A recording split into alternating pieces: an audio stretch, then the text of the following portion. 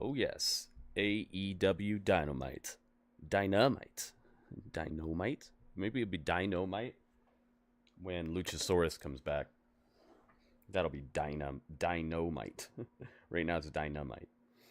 Welcome everybody. It is time. Let me get connected to my Wi-Fi here. Wi-Fi. AEW Dynamite, the 19th of March, 2025. And I can hear an echo. Okay, there we go. Oh me, oh my. Man, the street fight heard round the world is happening tonight, and I haven't even seen it yet. I'm just very sure that the outcome of this is about to be something crazy. Donovan, welcome. Donovan's in the house. Dro's in the house. WiseBot and Stream Elements are in the house. Welcome, everybody. If you haven't already left a like, please leave a like on this video. And subscribe to the channel here on YouTube. Subscribe on Twitch as well. That would be helpful. It's almost time, guys. AEW Dynamite. This is Dynamite a few weeks out from Dynasty, but my goodness, will the happenings of tonight shape Dynamite? Shape Dynasty. They're like very similar words. Dynasty and Dynamite. Dynasty night. I have my own predictions of what's going to happen, but let me run down the fight card that I know of thus far. We have, of course, Moxley versus Copeland.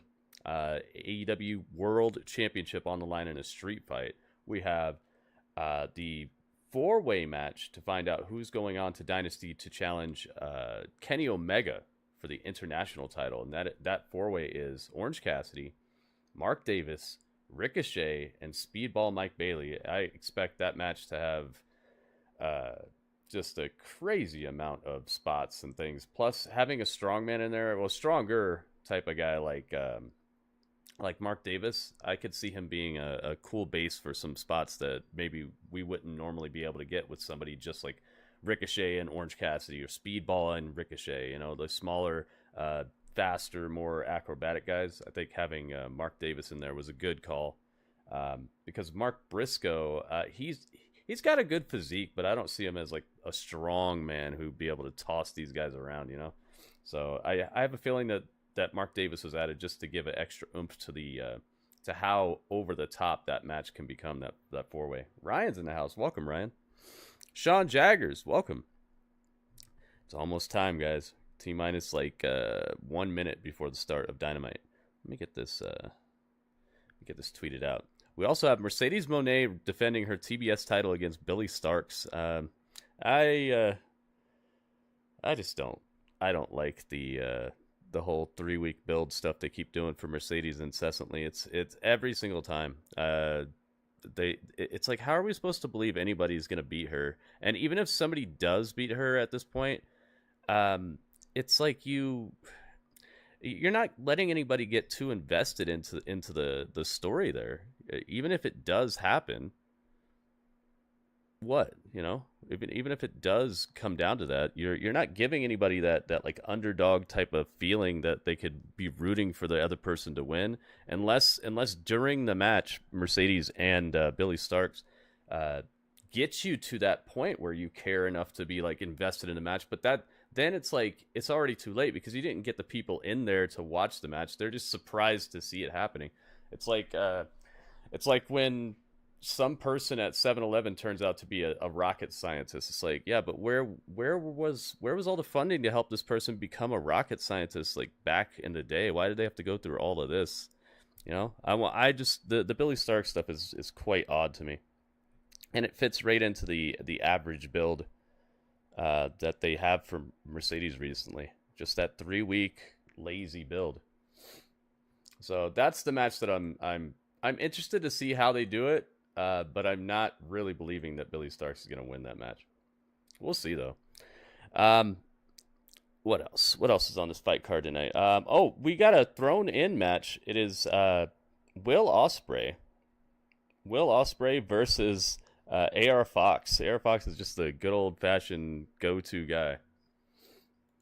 Whenever they need a match for a snowed-in show or snowed-out show. Championship is on the line. Mercedes. Whoa, that's loud.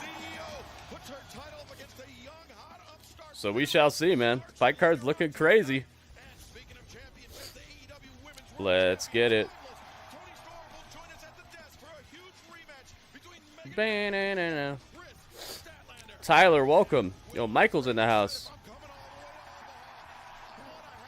We got Ringmaster. Welcome, Ringmaster. Ringmaster, stop with the like fake swearing and stuff, dude. Let's chill out.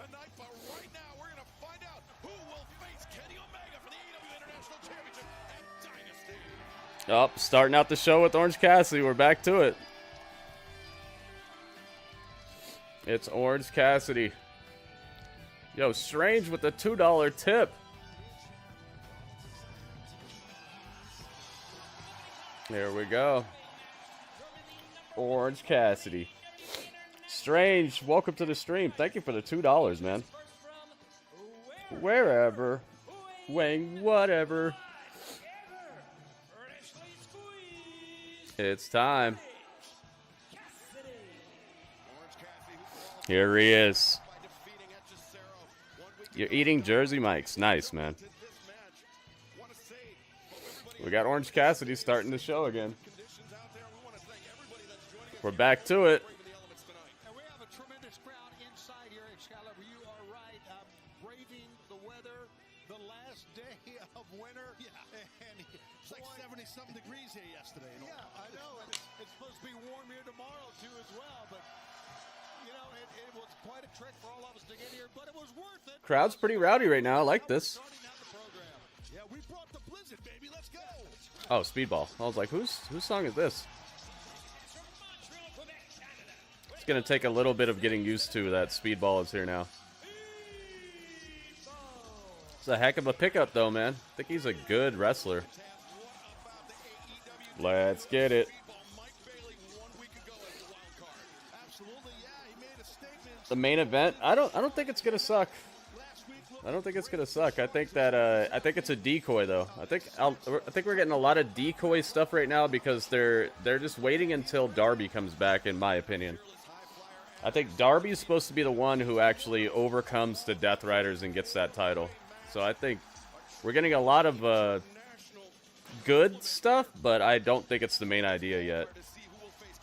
And I think that because of the way that they're building Moxley and Swerve, I think we're about to get a triple threat at Dynasty. I think it's going to be Moxley, Swerve, and Copeland at Dynasty. That's why I put Copeland on the thumbnail, and I put Swerve right next to him. I put little clues about what I think is going on. All right, the tweet is on, guys. Make sure we retweet the tweet, all right? Let me get another tweet out there. Do a tweet for Twitch. A Twitch tweet.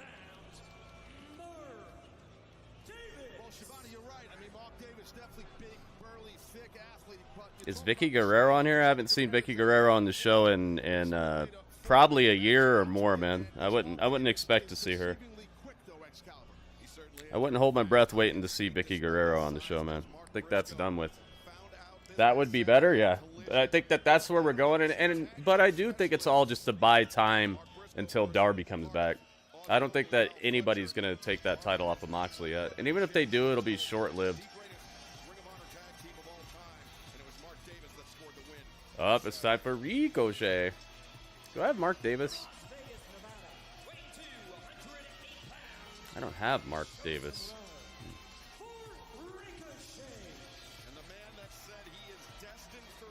It's Ricochet. It's Richard O'Shea, baby. All right, I don't have. I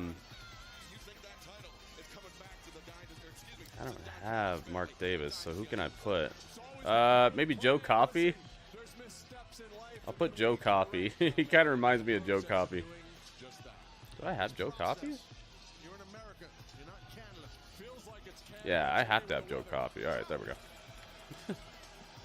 Mark Davis wishes he was buff like this.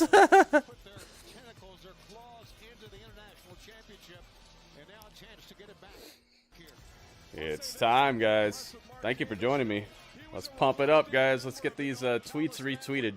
And also, let's get a couple likes on the YouTube stream, guys. We've been having trouble breaking 20 likes recently. I don't know why. We've been consistently getting well above 20 likes, and then just the last like week or so, it's like people just forgot to do it or something. So let's get them, guys. These likes and these retweets are super essential for helping the stream to continue. I saw somebody with a WWE title in the crowd. Billie is a real scumbag. I'm not a fan of his at all. Because he's from Quebec? Correct. Okay. Quebec. Let's get it. Hit the like. Thank you, Michael. Yeah, I see a couple people have already liked the stream. Thank you, guys. You said Swerve will eat the pin? Oh, and the triple threat? You know what? Maybe. I would like to point out, if you're new to AEW programming, the man in the jeans, Orange Cassidy, is a very unique competitor. I think there'll just be some shenanigans that'll happen. Because, you know, if it's a triple threat, anything goes. So I think just, like, people will just interfere and cost in the match or something. It won't be, like, a clean pin. If it does happen. Davis! He sounds like he's talking to, like, a son that's a mischievous son. Davis! I told you, don't pick that up. Don't touch that.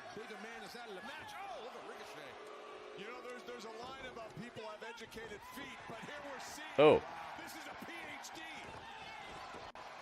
Speedball just delivering incredible amounts of kicks back to back to Ricochet, eliminating him from the ring real quick. That's not Mark Davis. This is Joe Coffey.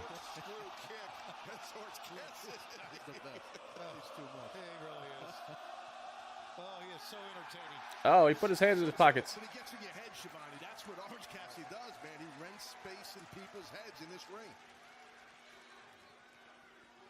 Speedball. Oh. Engage in a striking contest with Speedball Mike Bailey. Put his hands behind his back.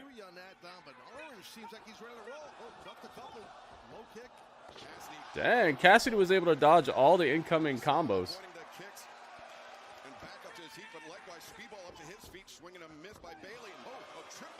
Ricochet trips up Orange Cassidy. Tosses him into the LED boards on the outside. JGSA, you like? Thank you, man.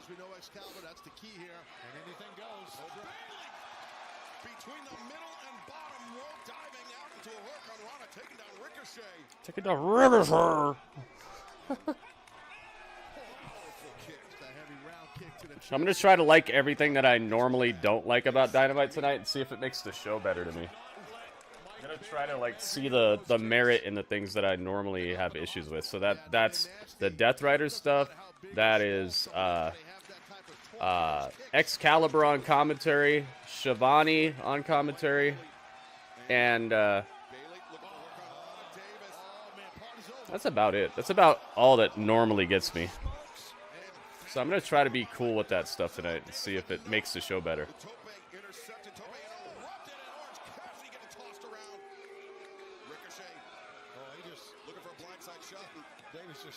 Ricochet's like, wait, no, get him.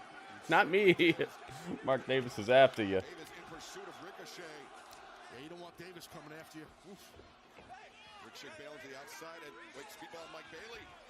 Speedball gets a roll up. Hey, what's up, Mike Bailey? Legato, welcome. You got Speedball winning this?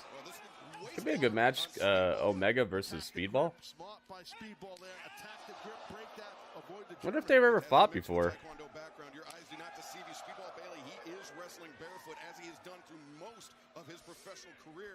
That's a mistake. See if I can get this. There we go.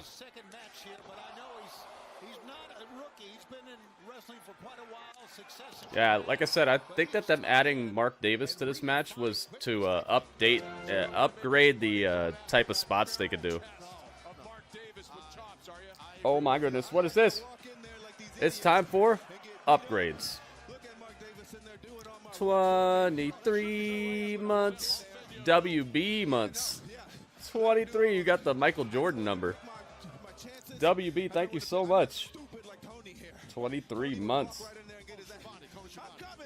Not afraid of upgrades. Yo, I see you. Hi, WB. Upgrades. Speaking of upgrades, yep. Good timing, man.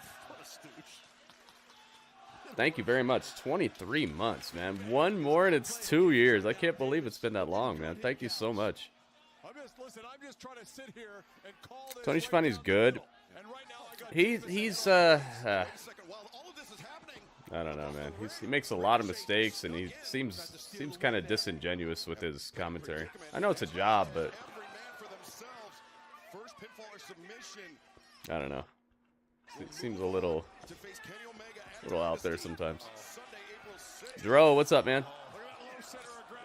Oh my goodness. Sentons. Dunkzilla. He'll drop that dunker on you?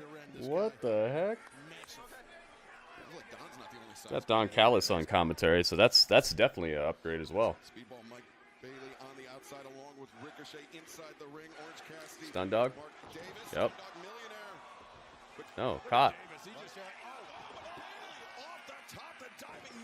Diving knees to the back of Mark Davis. Speedball. Uh-oh. Look out. Ricochet's looking at you. Oh, never mind. Speedball saw him coming. Big boot, man. A lot of people have trouble with Speedball being barefoot in the ring, but being barefoot is kind of good for you, man. Have you seen how people's feet look who wear shoes all the time? It's all messed up and like they look mutated, kind of, right? Makes your feet weaker and stuff.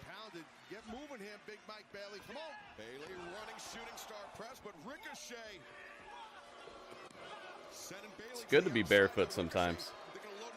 Let your feet, let your toes spread apart.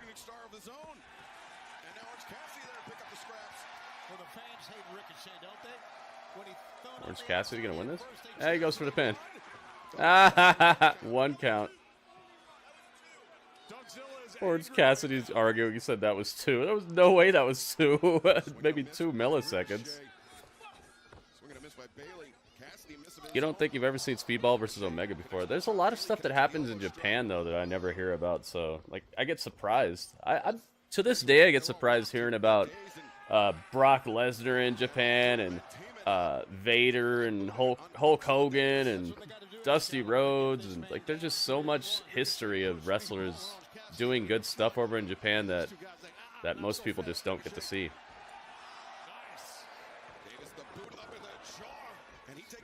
So I wouldn't be surprised if they have fought before, but it's just not something that we've gotten to hear much about.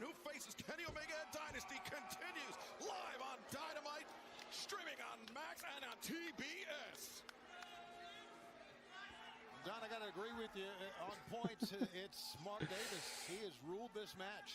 He's great. He really is. I always saw something in the kid. Yeah, well, I'm not sure Mark Davis is definitely the power guy in this match to throw off the more wiry, fast-paced type of wrestling here. Yo, Joe Soup, what's up, man? Yo, Joe.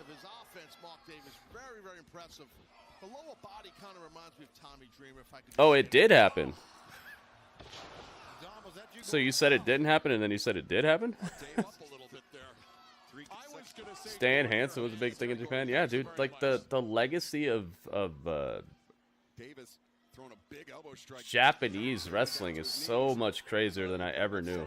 I wasn't one of the people who traded tapes and stuff back in the day. I didn't really have friends like that. I had friends, but we were all into basketball and stuff. We weren't into wrestling like that. I liked it, but I didn't, like, not having a consistent group of people around me who loved wrestling, I wasn't able to trade tapes or learn about stuff outside of the United States, really. But it's cool now because I get to get surprised by cool stuff from yesteryear and be like, whoa, I never saw this.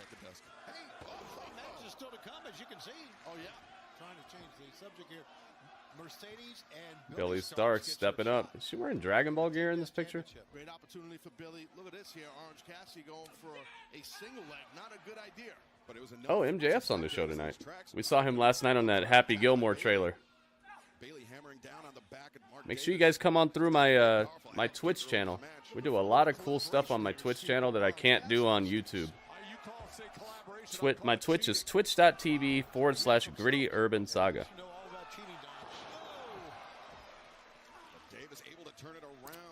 Twitch. Get on over here. Yeah, I know you just said that, Michael, but right before that you said, I don't think we ever see Speedball versus Omega before. You said that you don't think we ever saw it, and then right after that you said that we have seen it. So, I mean, you corrected yourself, I guess, but I was just reading it in the order that you put it. Radio, what's up, man? Welcome to the stream. Uh-oh, Jimmy John's. Jimmy John's got us. You knew they were coming through. Jimmy John's.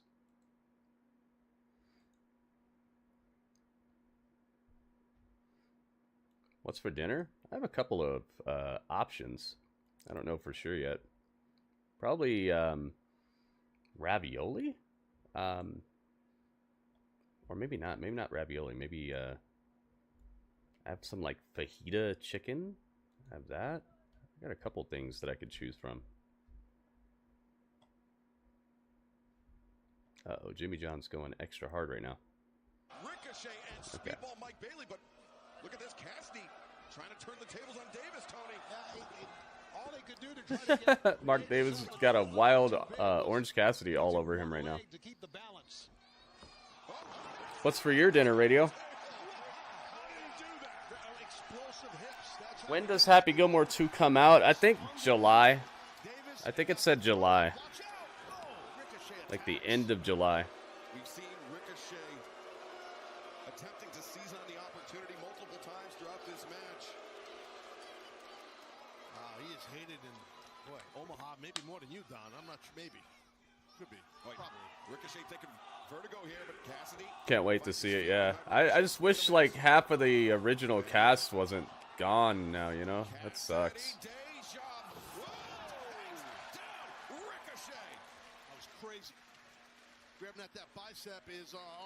But Sandler said that they're gonna have they're gonna put stuff in the movie that like gives respect to those people who were in the first movie. Chicken noodle soup. Hey, I had chicken soup today too. Last piece of birthday cake. Oh man, dude, that cake looks so good with the strawberry on top. Something going on with that right. I've torn my bicep in a match, and it's tough, man. I want that T-bone steak, man. Daryl, welcome.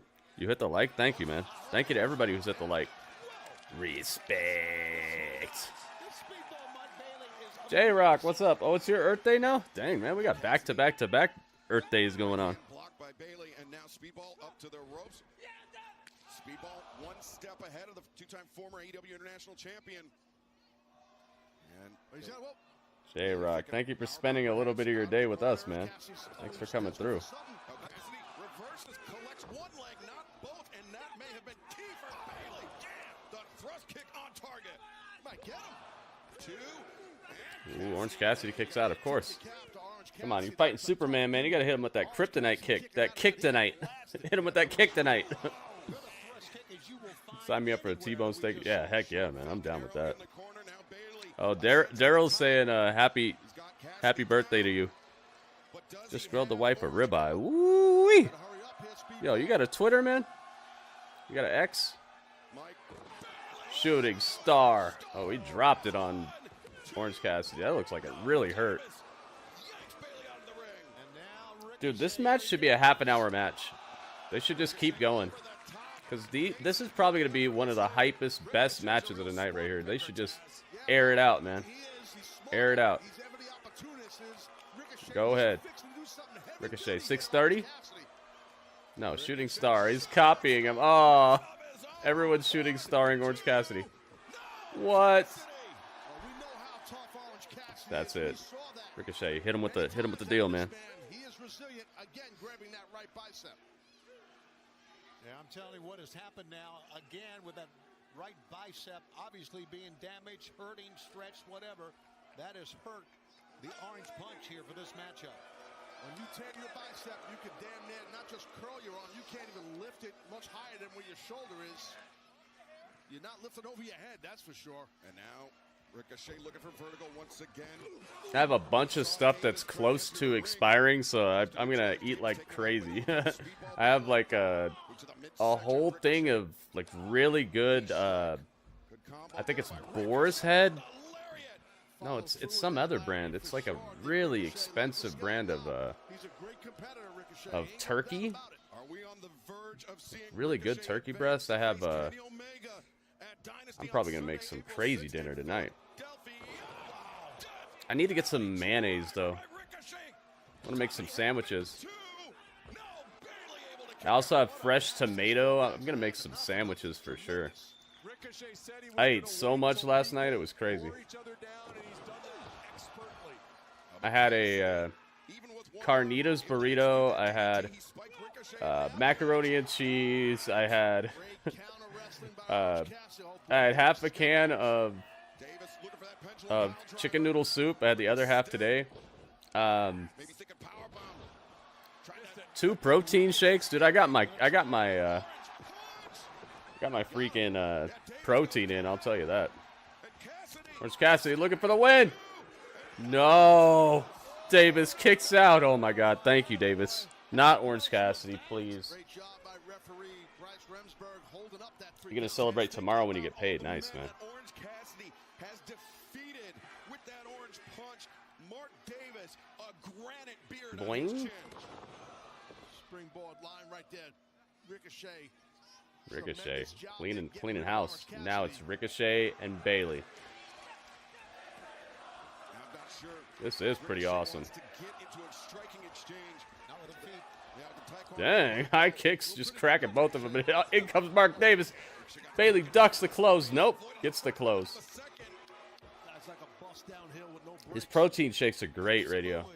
I'm telling you, you gotta have cold water with them. If you have warm water, like whey protein has that taste. It's kind of like a little bit of aftertaste to it or whatever. But if you have cold water, it kind of alleviates it, and the sweetness of it is not overdone. The strawberry flavor works so well with it. I recommend it, man. I see why it's the #1 rated protein brand.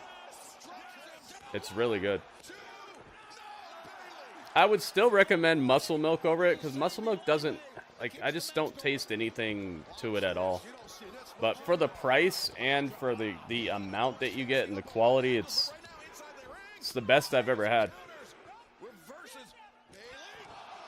I only have like one more scoop left. Yeah, I got the strawberry. Dang, backflip knee drop. Yeah, Mark Davis is looking good here. This is actually a really good showcase for him. Like I said, I thought that adding him to this match was actually a good idea.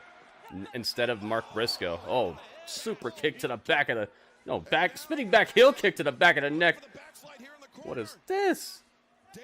He's going for it. 1, 2, 3. Wait a minute. It's a tie. What? Yo, Bailey got the pin, but Ricochet was on top, and he used the legs, and the ref didn't see it. What in the wide world of sports? Yo, now it's just going to have to be those two. No, have Tony Khan come out and be like, get this match started right now. I got to say, you guys want to see it? Ricochet, Mark, Speedball, Mark Bailey, you guys want to see it? Get Tony Khan out here to say that. Right now. My goodness, you guys want to see this? Ladies and gentlemen, as a result of a pinfall, challenging Kenny Omega for the international title at Dynasty will be Speedball Mike Bailey. Nice. And Ricochet. I knew it. Good impression of Tony. Oh, you like it? I love it. I want some more of it.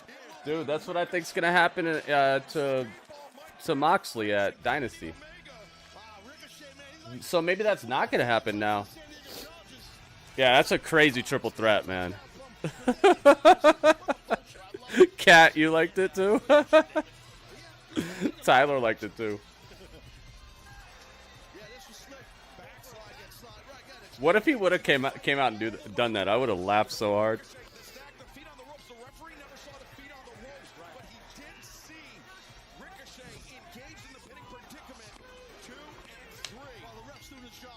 It's understandable for a match like this to go long, though, because each one of these guys, well, besides Mark Davis, is you have to put them through a destructive set of events to keep them down, you know? So it should be a kind of longer match. So Joe Coffey got pinned. AKA Mark Davis. I love it, dude. As long as it's not Orange Cassidy, I'm okay. And it's not because I hate Orange Cassidy. It's just because, dude, we've seen enough of that. It's time to let some other people get a bit of this shine on them. If you keep running back to the same superstars, you're never going to grow, and people are going to get really tired and bored of it. No matter how good it is, you need variety.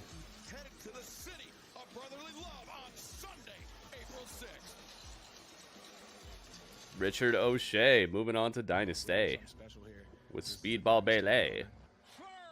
I liked it, man. I really liked it. Let's hope we just can continue upwards and onwards. They should have eliminated Ricochet because he was on the ropes, but the ref didn't see it, though. You know how it is, man. If the ref doesn't see it, it basically didn't happen.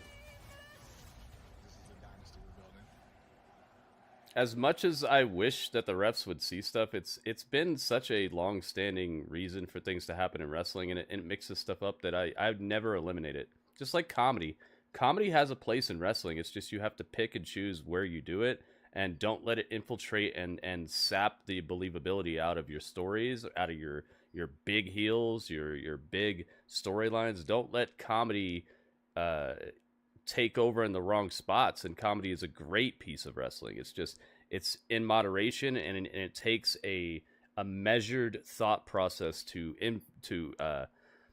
mix it into a show in a way that doesn't devalue the other stuff.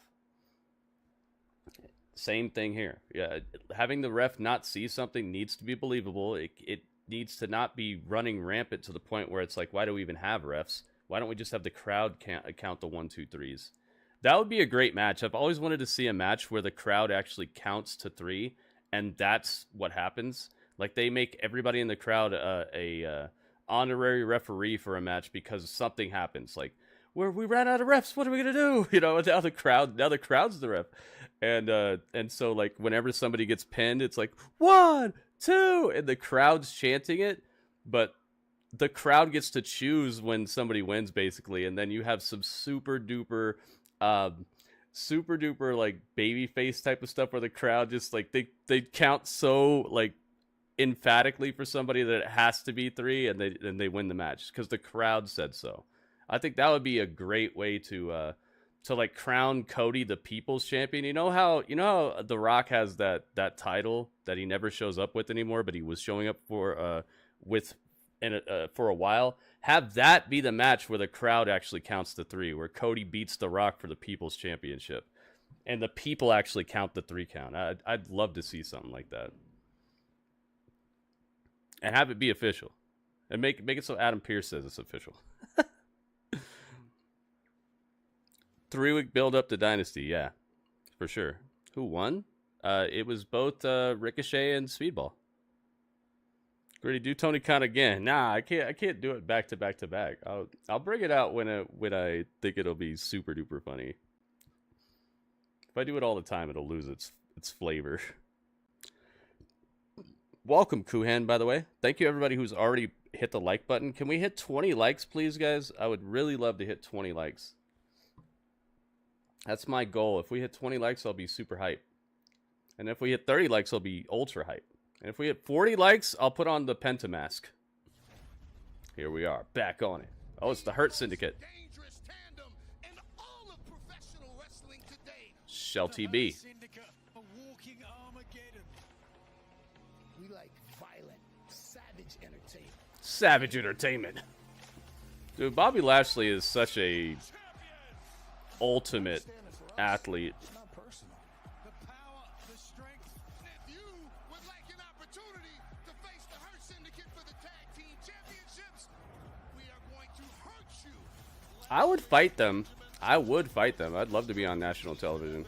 I'll take a choke slam or spear or something. Whatever you gotta do, man.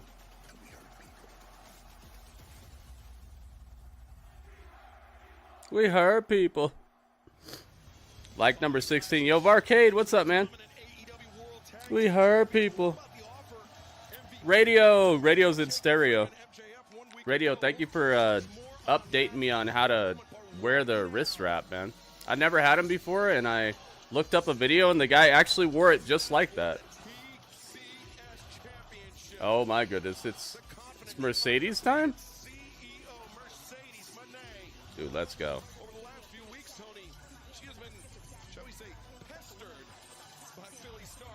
Why did Harley Cameron roast her on her own beat, though? Harley Cameron rapped this so much better than her. She should use the Harley Cameron version, or hire Harley Cameron to do a rap on this beat for her, because Harley sounded better. Look at all the title belts. You're not going to find a more decorated champion in the world. Draped in gold, you're right, Shivani, no doubt. They would hurt me? I'm fine with that, dude. People go through way worse on a daily basis for way less money and way less exposure. CEO. CEO. Hey, how'd you know Dudley was dancing to this? Heck yeah, as long as there's enough zeros, man, I'm fine with it. Perfect win-loss record. I guess that's a misstatement. It's just a winning record. I don't even know what Billie Stark's song sounds like. Let's find out. It's Billie Starks. Oh, Billie. Alright, it's Billie Starks, guys. I got Billie Starks right here. She needs more belts. She does. I wonder if that match with Indy Hartwell. She's about to fight Indy Hartwell. And Indy Hartwell just won a title. I wonder if she's going to win that title off of Indy. I've been looking for a change. Nobody's been able to tell me if it's a title match or not, so I'm still sitting here. Money talks? Heck yeah, man. There are people who... I've seen old men with, like, calluses on their hands and just they can't even walk right and stuff, and it's like, man, they've sacrificed so much of their health for a career. Ladies and gentlemen, this bout set for one fall. One fall! Oh, it's not that Billie? Wait, what Billie? Oh. But this is Billie. I don't have a picture of her.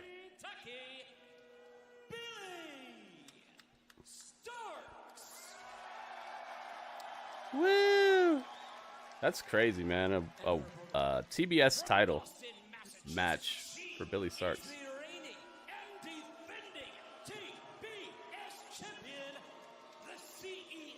CEO.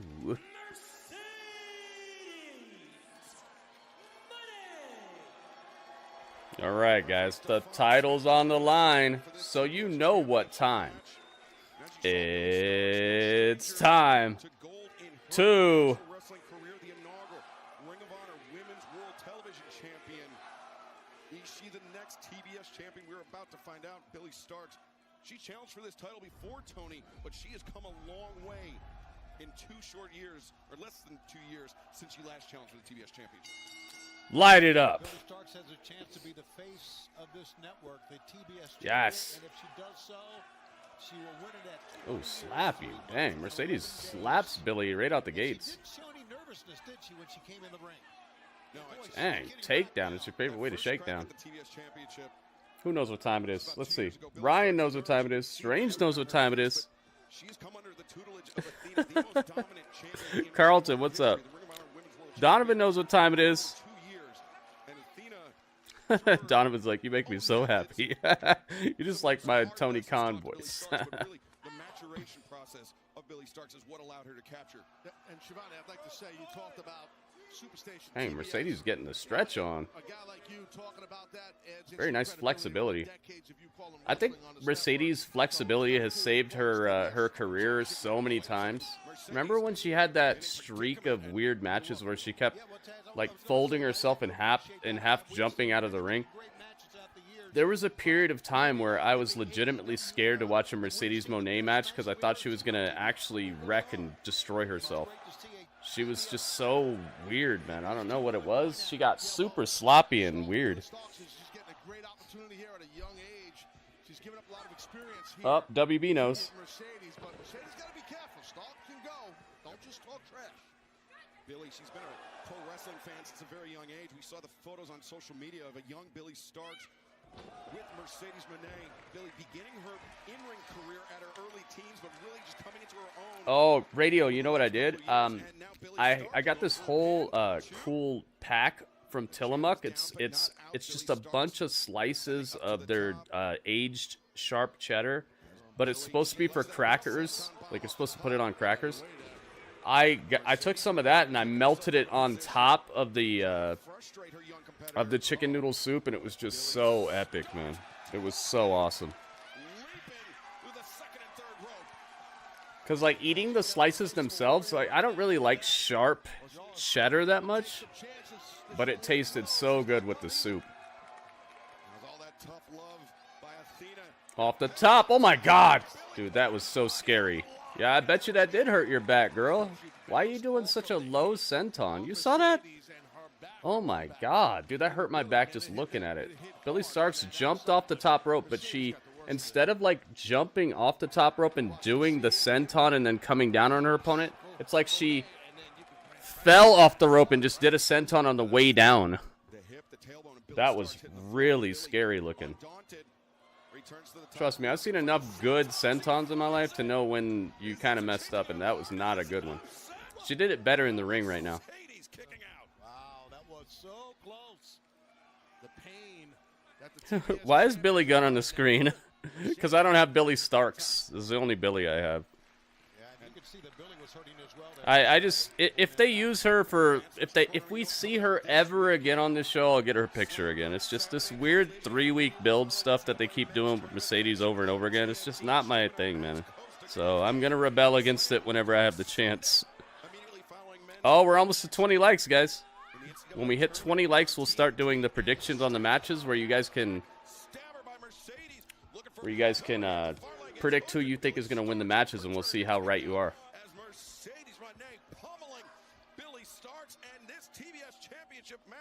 Hope the videos help. Yeah, radio.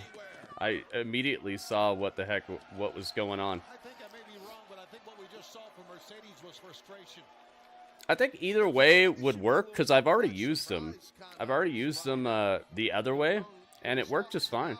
It actually helped my my wrists feel a lot better during my workouts and even afterwards. But I'm gonna do it the other way from now on, though. Doesn't belong in the same ring as her, but Mercedes, she said the same thing around Harley Cameron in Brisbane, Tony. And Mercedes just getting her dance on. she didn't win the TBS championship in Australia, but she put Billie's only 20 years old, really? Wow. She really did Harley Cameron, and Harley Cameron's Ads. career Yeah, since you know, it's a has been on the necessary evil, man. here again. And the kick It's out. a necessary evil.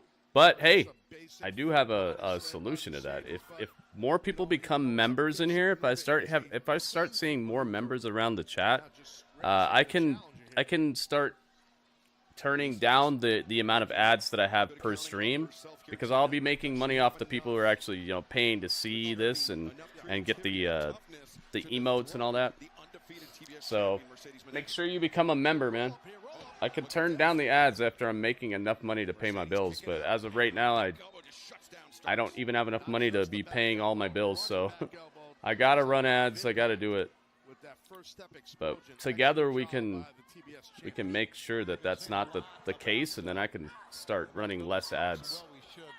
I'm not even running the ads, by the way. It's just YouTube has prescribed a certain amount of ads for my stream, but I can turn it down, I can turn it off. But I say confident in her abilities. Why is Kurt Angle going for the title? Where's Kurt Angle? Get your hands on the crook of that arm. Where's right Kurt there Angle? To prevent a choke out, Excalibur. That's what the young lady's doing. Yeah, alleviate the pressure on your carotid artery. That's what Billie Starkz did, and now jawbreaker goes behind with the roll-up. 2. Great move there by Billie Starkz to catch the champion by surprise, but Mercedes Wait a minute. on point with the drop kick. Now another What is this? Starkz able to kick out. And that was a snug drop Ba-da-da, kick. ba-da-da. City. Oh my goodness. It was a pretty good pinning combination. Mercedes maybe a bit of frustration. Oh my goodness. Look at this. Billie was such a pushover. Joe Soup has broke the cage. Would Mercedes have already put her away? True. Yes. I guess. Look at this. Joe Soup. Yep. She would have put her $5. Thank you so much, man. And of course, we're not after the break yet. Soon. That is awesome. People watching us on Max after the fact. Yeah, the fact. I love all of them. Look at this. Just a little help. Hey, I get by with a little help from my friends. Oh, you were talking about the ads on AEW. I thought you were talking about my ads. Some people get upset, and I'm like, yeah, I know, man, but I gotta make a little bit of cash. It costs me money to do this. Nice counter. 20-year-old Billie Starkz. Oh my goodness. Super duper lung blowers. Mercedes looking good. Billie Starkz. I hear she's been having wars with Athena in Ring of Honor though, so she's probably been through her paces already. This is actually a much more believable title match than some of the other stuff that we've seen Mercedes do recently, because she's been fighting some relatively unknown people to the American audience. I'm not saying she's fighting unknown wrestlers. I'm saying she's fighting unknown people to us, and that makes them almost illegitimate challengers in the grand scheme of things. Because if you don't know who a challenger is, they need to either make a incredible impression on the first time you see them, or they need to like be filled out. We need to understand who they really are, and you know, one promo package here or there is not gonna change that. But at least Billie is known to be hanging out with the woman who's considered to be one of the most legitimate challengers to Mercedes if she ever shows up here in Athena. Really putting the champion through her paces and maybe When we first started using reps, you didn't know there was a right hand and a left hand rep. Yeah, dude, it's kind of complex at first. To be in the ring with Mercedes already, regardless how this outcome is. Heck yeah, Joe Soup with the legendary super chat, man. Thank you everybody who left a thumbs up on it. You can still do it too. Billie could be her new Bailey. I think her new Bailey could be Athena, though. I think Athena needs to show up. By the way, it's the last like day or two days of Match Masters. They've been an incredible partner. We've already made hundreds of dollars. Just the very few people who have actually played it have helped me to get hundreds of dollars in the future. So it's the last couple days, guys. It only takes 10 minutes. 10 minutes of playing a free-to-play game, and you got me at least $5. Look at this, Robert Stone. Oh my goodness. Look at this. Woo-wee. Yo, Robert Stone, welcome, man. Yeah, the 3-week build, WB, just like I said it would be. Didn't I say that? Remember there was somebody who was upset with me for saying it was going to be like that, and now look. It's like, dude, I was completely right about it. I wasn't trying to be mean. I was just trying to say, dude, if you really appreciate this wrestler, you should be a little upset that they're getting used like that. Making moves. $100 moves. Yep, thanks to you, Legato. I'm telling you, it's a free-to-play game. It costs $0. Robert Stone, welcome to the stream, man. Fans love every bit of this. Gentlemen, our second match, and what a program it's been so far. Gritty is mean. Hey, man, everybody gets mean now and then. I mean, I feel... I did say that, exactly. And was I wrong? Like, a lot of people try to call me out and tell me that I'm being a hater and stuff, but, like, how many people actually apologize when I'm right and when it turns out that I was completely telling the truth about what I saw? Robert Stone's in the house. Could this be a huge upset in the making? Billie Starkz getting predicament. Mercedes. Crucifix. 1, 2. Yo, this ref is on it. This ref is clean right now. For crucifix of her own. No. Transition. Nice transition. And Mercedes kicking out. I like this ref. This ref is rowdy, man. Oh my goodness. John Woo dropkick. Yeah, Athena is like the queen of Ring of Honor right now. And I love that. I think they should keep that going because, honestly, that's giving her more prestige than almost anything that's happening in the women's division out over here. The fact that we even know about that is paying dividends. Yeah, your vertebrae and your upper neck there are never going to be the same after that. And Billie trying to use her neck. I don't agree with this. Robert Stone's in the house. We got to see how Kevin Nash is in 2K25. Let's see how good he is. We got to give him a gauntlet to run through. Dude, what happened? What the heck? Oh, okay. Dude, I thought Billie Starkz just won the title. I thought she just won. Yeah, this ref is no joke. Is she okay? Oh my god! Yo, that was like a one-wing angel, but she almost dropped Mercedes on her neck.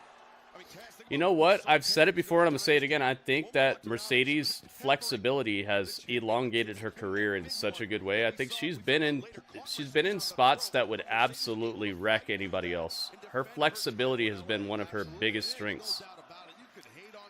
Ryan, you thought she won? Yeah, it was like the one-wing angel, but she dropped her like right on her neck almost. Goodness gracious. You can't say this has not been an eventful episode. This is a... Oh, my... Oh! Billie Starkz. Front flip. Cracked her tailbone on the apron. No, Billie kicks out. Oh! Right into the statement maker. That's done. Right behind you is the rope. Just reach your leg. Ah, Billie. Oh, Billie. That's it. Mercedes wins. Billie Starkz got a good piece of offense there, man. All those matches and all that stuff she's been doing with Athena have really paid off. Where's Camille? I have no idea. Yeah, good match. Oh, yeah, man. Severe thunderstorm warnings. Oh, my God. Strange. Have you ever considered moving, man? I always wonder this about people. Like, have you ever considered just, like, packing up and moving to somewhere less turbulent? Ah, they should say they're cashing out. That's a good one. I like that.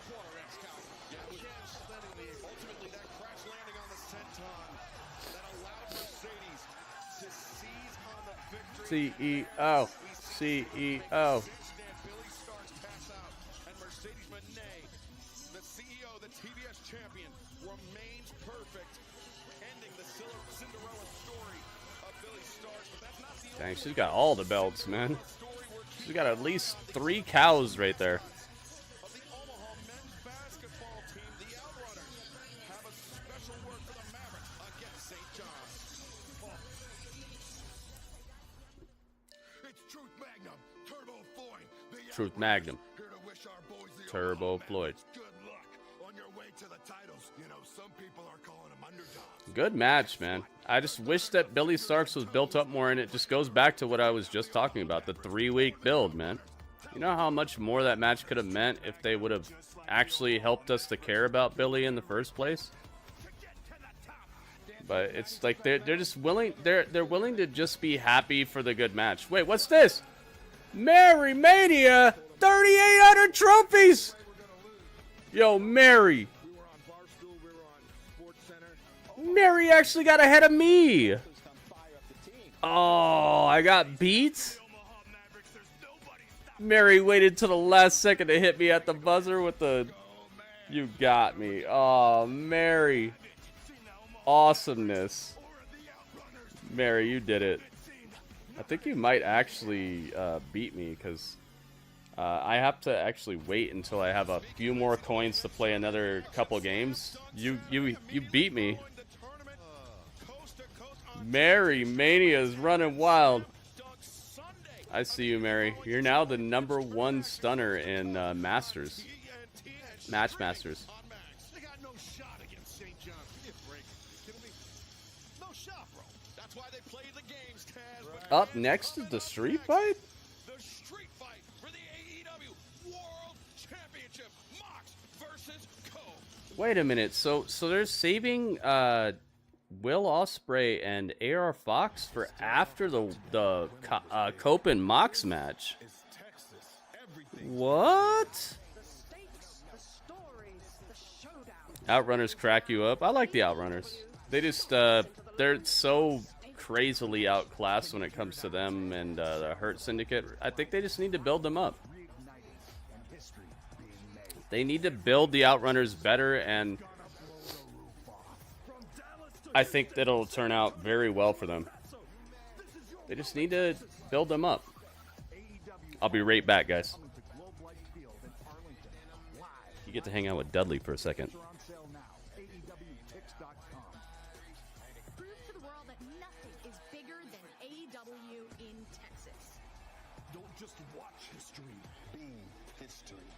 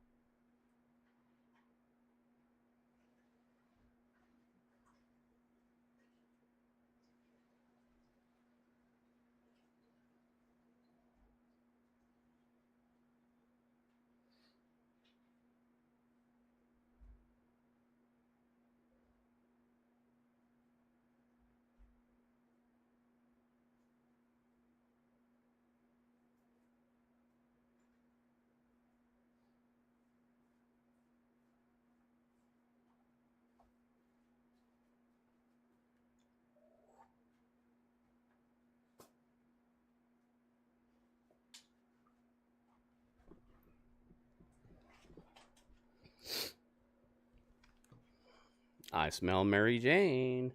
Somebody's smoking some of the ganja. Somebody's smoking some of the ganja around me. Not me. It's not Dudley either. Dudley, it better not be you.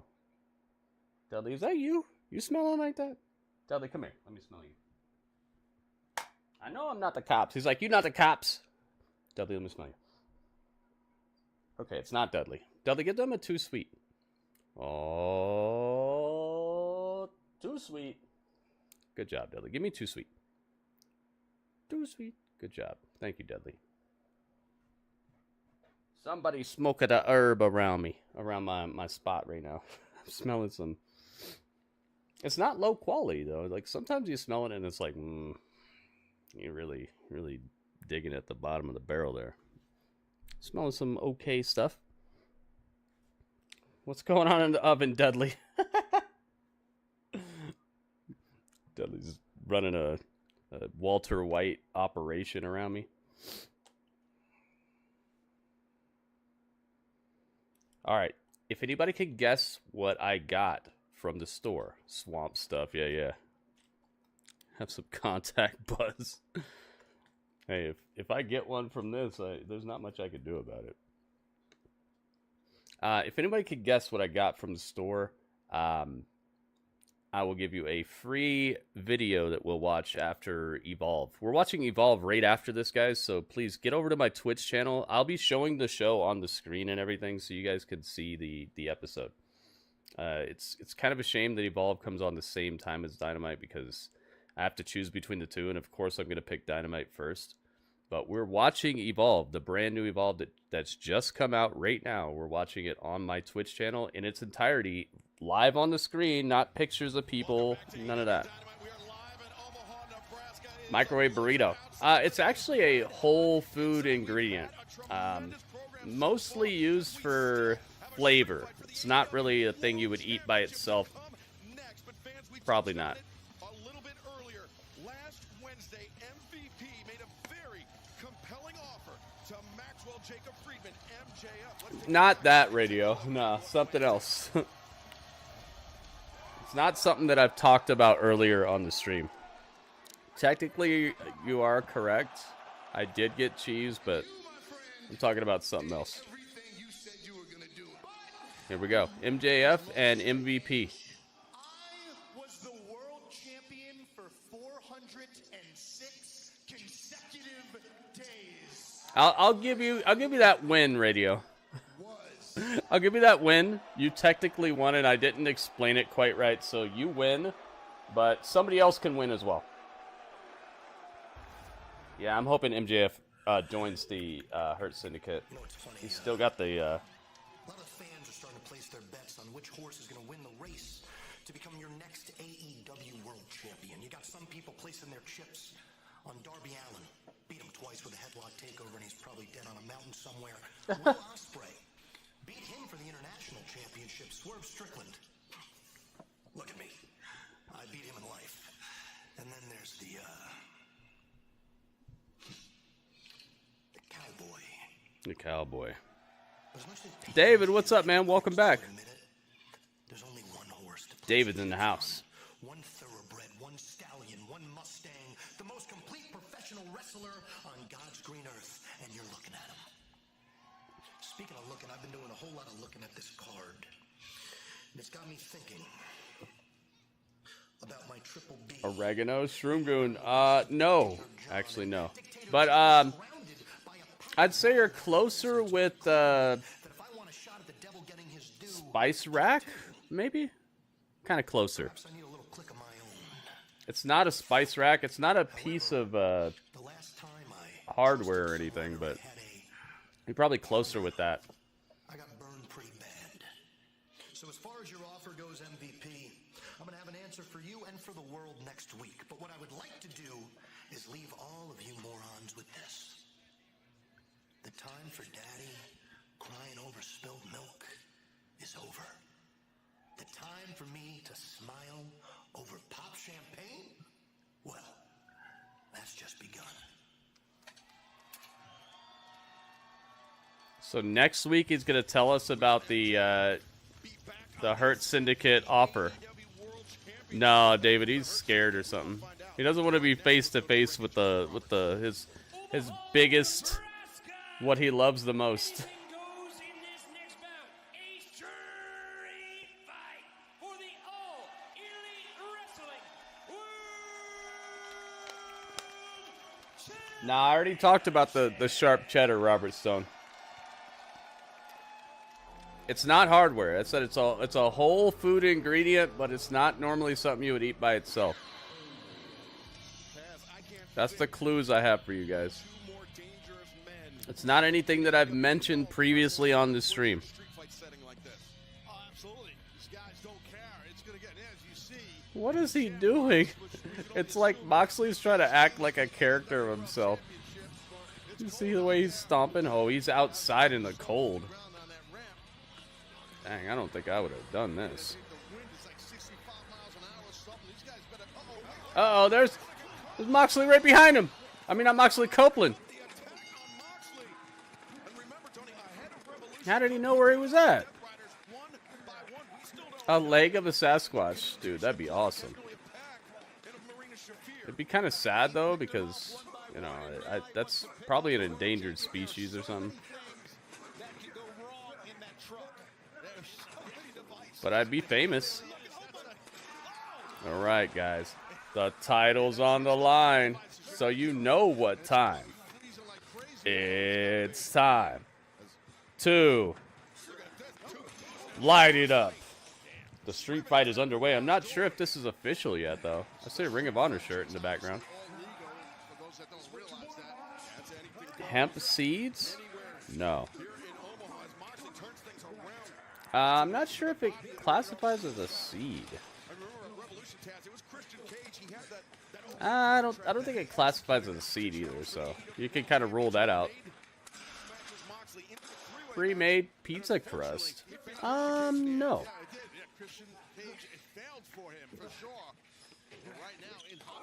That sounds kind of cool, but I know how to make I know how to make pizza now, thanks to you, Radio. So all I need is the dough. Yeast? No, I do have yeast, but I didn't purchase any. Basil? No, not basil. Somebody's gonna get it though. I could give you more clues, but you guys would get it right away if I told you anything else.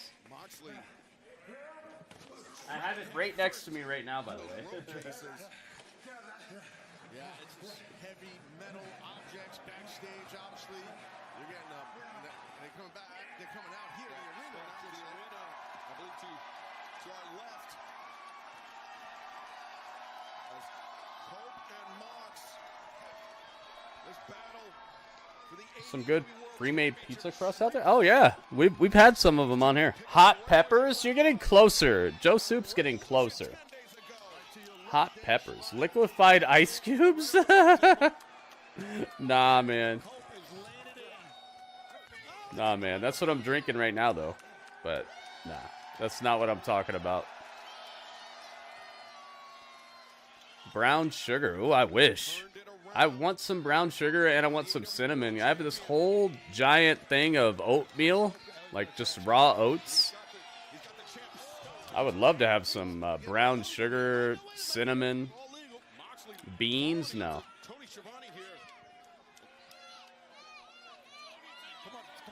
No, I think people eat beans by themselves. The clues I've given you guys so far is it's a whole food, something that you probably wouldn't normally eat by itself. It's a little closer to like a spice rack type of thing, something that you would use to enhance a food. Is it a plant-based protein? I don't know how much protein's in it. It's not really something that I would think people would get for protein purposes. Nah, not hot sauce. This match is ideal for Moxley, for sure. Tomato, that's a good one, but I already mentioned that I got tomato. I already mentioned that today. So you probably weren't here when I mentioned it though, so that's a very good guess, David. Bacon bits? Nah. Beef hot dogs? Nah. It's not meat based. It's not a meat.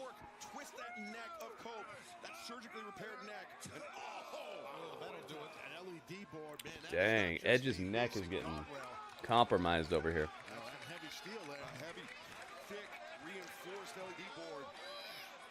Hot dog. No. Allspice. Nah, it's not allspice. Ghost peppers? Nah, I would not buy that. Chilies? No, it's not a chili. Oh my goodness. Oh, I thought that was a fishing rod. I'm like, what is Moxley hitting him with? It's a kendo stick. It's a black kendo stick. It looked like a fishing pole. Not croutons. Not paprika. Not raw fish. Not shrimp. No, it's not a meat. There's no meat.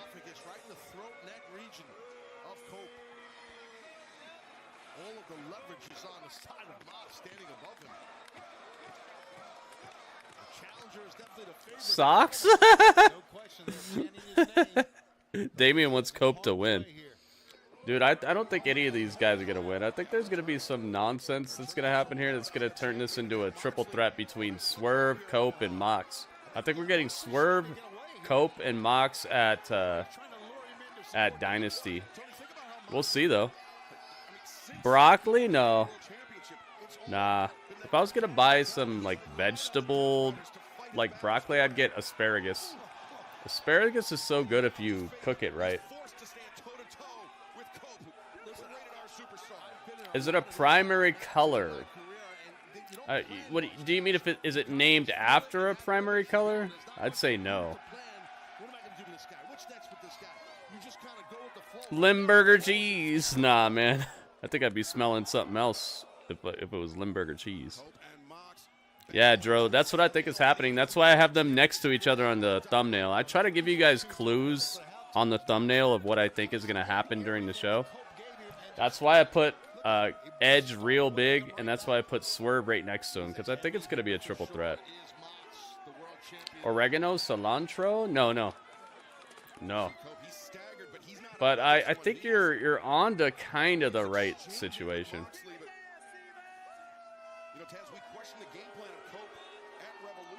Once you guys find out, you'll know why I couldn't give you more clues. Oh, Shroomgoon, you got it! Shroomgoon got it. Garlic, baby. Look at that garlic. Yeah. You got it. Garlic. Da, da, da, da, da, da, da, da, da. I had it right next to me so that you know I wasn't making it up. Garlic. Shroomgoon wins. You got it. How did you come up with that? I give you this.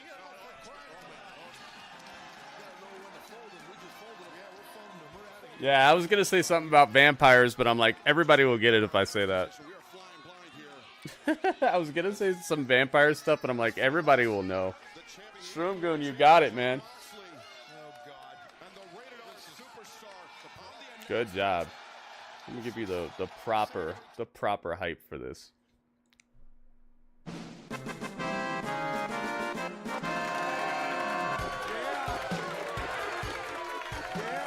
Yeah. Yeah. You got it, Shroomgoon. So you get a free 5-minute or less video after Evolve. Just let me know what you'd like it to be. Street fight for the AEW World Championship. Oh, that's really loud. Had to turn that up.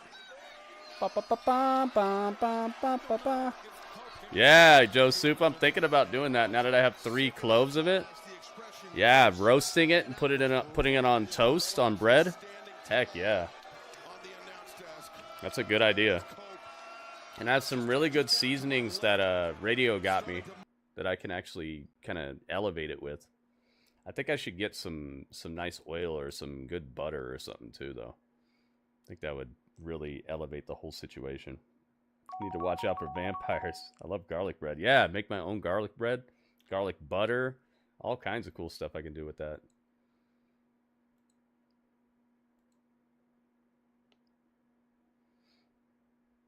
Oh yeah, man. You vote for Cope? Oh, did we hit 20 likes? We hit Jimmy John's, that's for sure. Jimmy John's is wrecking us right now. Did we hit 20 likes? We could do a prediction on this. 20 likes, 20 likes. Yes, we did. Okay, let's get a prediction going. See who you guys think is going to win this match. Man, Jimmy John's is going off today. When they strike hard. All right, who wins? Who? Thank you guys for playing my little trivia. And thank you guys for all your guesses. You helped to whittle it down to where somebody actually won because they knew everything it wasn't. So they just started moving to the right spot. Surprising no one. But my God, what is going to be the surprise is who gets the worst of this? You're not kidding. I just sat in water. I just sat in water. What the heck, Taz? All right, Cope or Mox, guys, who you got? Predictions are open on YouTube. What is going on? Man, that was wild out here. Moxley sucks? I don't think he sucks. Cope. Mox. John Moxley. All right, predictions are going on Twitch, guys. Get it. What's the design on my shirt? It's from Labyrinth. You ever seen that movie with the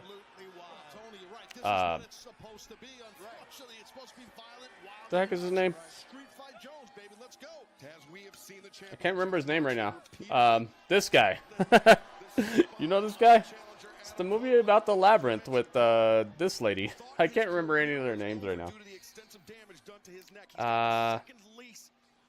David Bowie. Thank you. Yeah, David Bowie.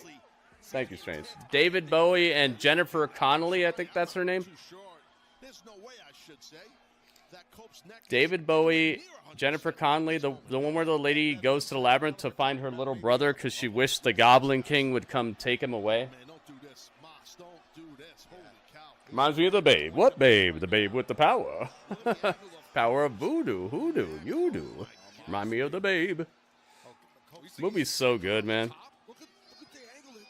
67% of YouTube believes that Moxley will win at the moment. Get your votes in now, guys, if you'd like for them to count.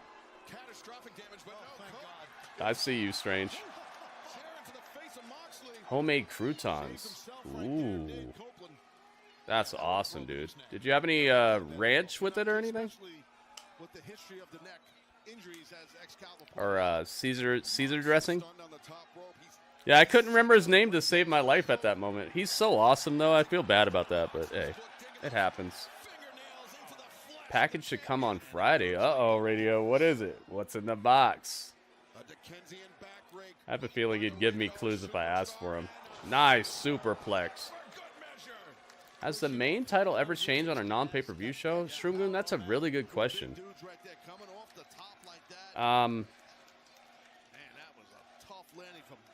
Gosh, man. Well, we've had a 60-minute draw, I think. We've had some things that have happened. I don't know. Super Mario, welcome back. Will he be facing John Moxley, or will he be facing Adam Copeland? Increasingly, wooden stake at a cross with a box. Have you ever seen those? People used to make legitimate vampire hunting kits.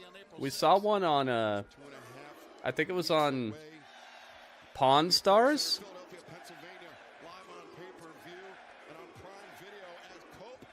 People actually used to make legitimate vampire hunting kits that had like holy water and other stuff in it. Copeland with a clobber and clothesline that flattens Moxley.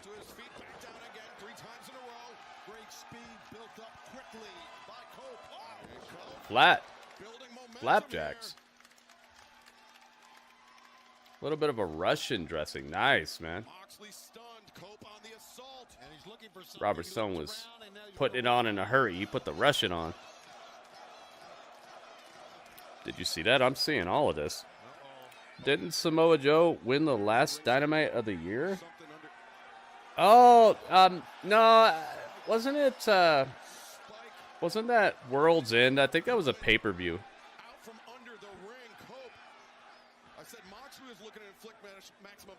You might be right, though. It's hard to remember. There's so much wrestling. Yo, RKO. Big impact right there by the champion on the challenger. Yeah, this match is much better than their pay-per-view match. Actually, I'm feeling this match a little bit more than the one on pay-per-view. But maybe it's because the match on pay-per-view happened immediately following one of the best matches of the whole thing. And this match is happening after a not as good match.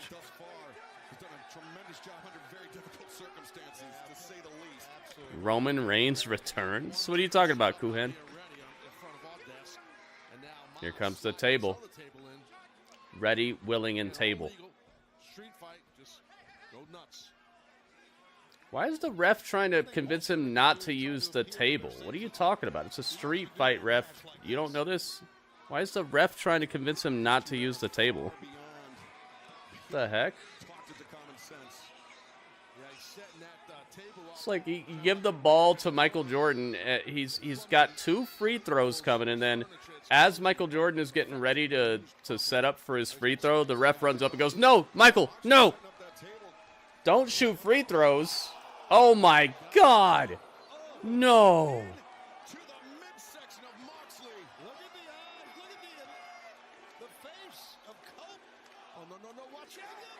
He's hitting him with it! No! What's the name of this thing? Lucille? Cope is actually hitting him with it! Oh my God, he stabbed him with it and it's in his back! It's stuck to his back! Oh my God! It's stuck in Moxley's back! I've never seen something so ridiculous. He suplexed him on Lucille and it's stuck in his back!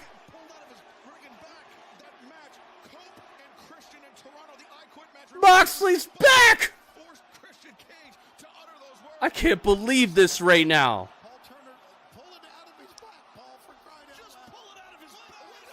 And there's Yuta! Yuta, help him! Get this out of his back! Get some freaking hydrogen peroxide! Oh my God, it's still stuck in his back and he can't pull it out! He's trying so hard, it's not working! Oh no! Oh my God! Oh! Dude, what? There's blood for sure, dude.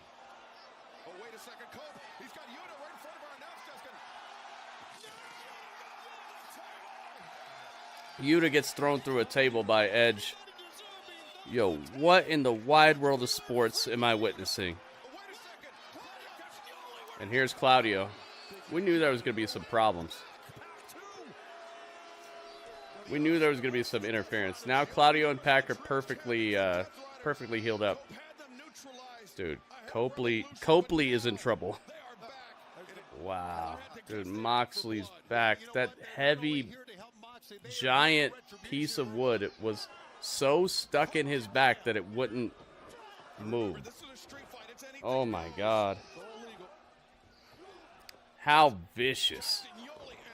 Wow. TBS is willing to put whatever they want on the TV, I guess. Jeez, man. No, this is not the main event, JGSA. Oh, wait a second. Claudio going after the chair ringside Pac. This is how Cope neutralized those concertos. Claudio, he's got the official Death Riders merchandise. The white shirt. Tetanus shot, yeah. Why is this not the main event? Oh, there's FTR.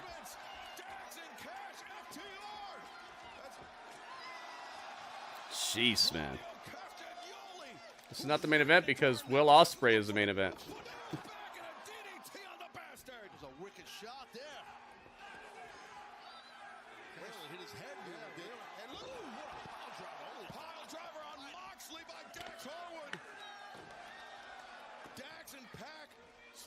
Wow, dude.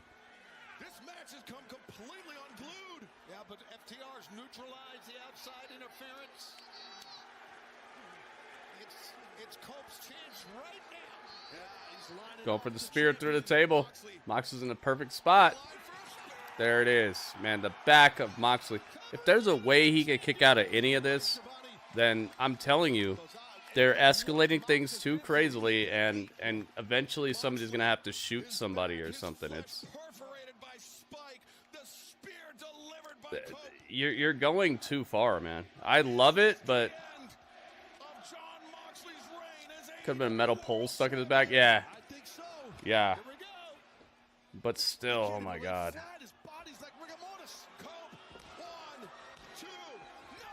There's Marina. Here comes Willow. Yep. How did I know?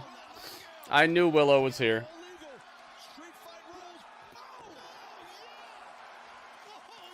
Willow with her fluffy sweater. Jay White's going to come out here, and he's going to be the final piece of this, and it's going to be exactly what I said. It's going to be exactly what I said. Jay White is going to be the final piece of this, and he's going to betray Edge. What the heck is Kip Sabian doing here? Nick Wayne with a cutter. What the heck? Oh. I mean, I guess. But why would they help him? Wouldn't they destroy Moxley? Wouldn't they destroy Moxley? Because Moxley choked out Christian. Why would Christian's boys be helping Moxley? It's over. Wow, Moxley wins. That's the ending? What the heck? Wow. Dude, what in the wide world of the heck? I thought this was gonna last for at least one more minute. We still had a couple more characters to run through. Wow. Dude, that was fun until it ended. Wow. Moxley wins. 98% of Twitch thought this would happen. Dang, and nobody really well, I wouldn't say nobody, but most people didn't partake.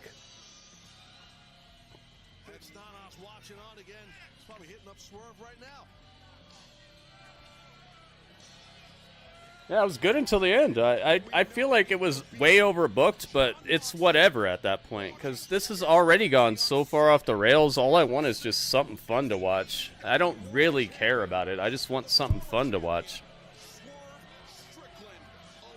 Yeah, Mox won, man. I liked the match up until the ending. It got a little overblown, but what do you expect?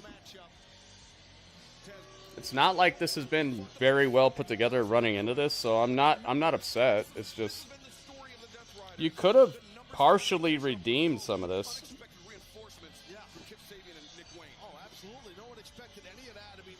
Not bad, but not great either. Hey, at least we got to watch it together, right? Could be worse. You could be watching this by yourself in a dark room eating cold oatmeal. Think about that. Man, Edge tried to kill this guy. Wait, what's this? Why are we getting a post-match clap fest right now? Uh-oh. You still got it? Hope pushed Moxley very nearly to his limit tonight. He has nothing to be ashamed of. What's going to happen here? FTR is still out here. FTR, follow the rules. Oh. Wait. Dax is leaving. Oh, Dax says, get your hands off me. What is Dax thinking? Well, I can understand his Dax is leaving. But be frustrated with Moxley. Be frustrated with the Death Riders. Not Cope. Hey, Dax wasn't the guy in there getting his body worn out in his neck. Yeah, Cope wrestled his ass off, guys. Or fought his ass off, I guess is the proper way to say it. Well, I bet you Cash is going back to And now, Willow, you turn heel. Kick him low. I think it's going to be a pretty animated. Kick him low. Come on, Willow. Come on, heel Willow. Willow's still in the ring. Okay, she's leaving now. Never mind. Moxley retained. I didn't expect that. Wait, FTR turning heel? Dax is being a weirdo, but that's normal for him. FTR heel. Will Ospreay era Fox's main eventing over Jon Moxley. Yeah, because maybe there's something bigger than this that's gonna happen. I'd love to see it. I'd love to see it.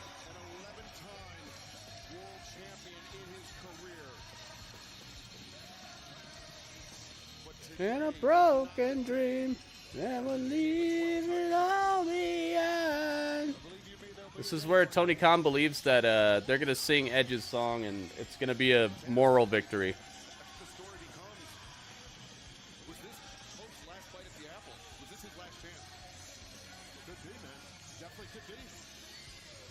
Chance to feel alive.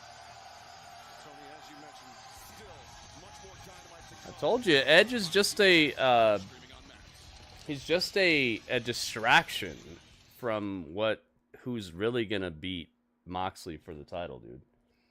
This is all just a distraction and all just an elongation of this storyline until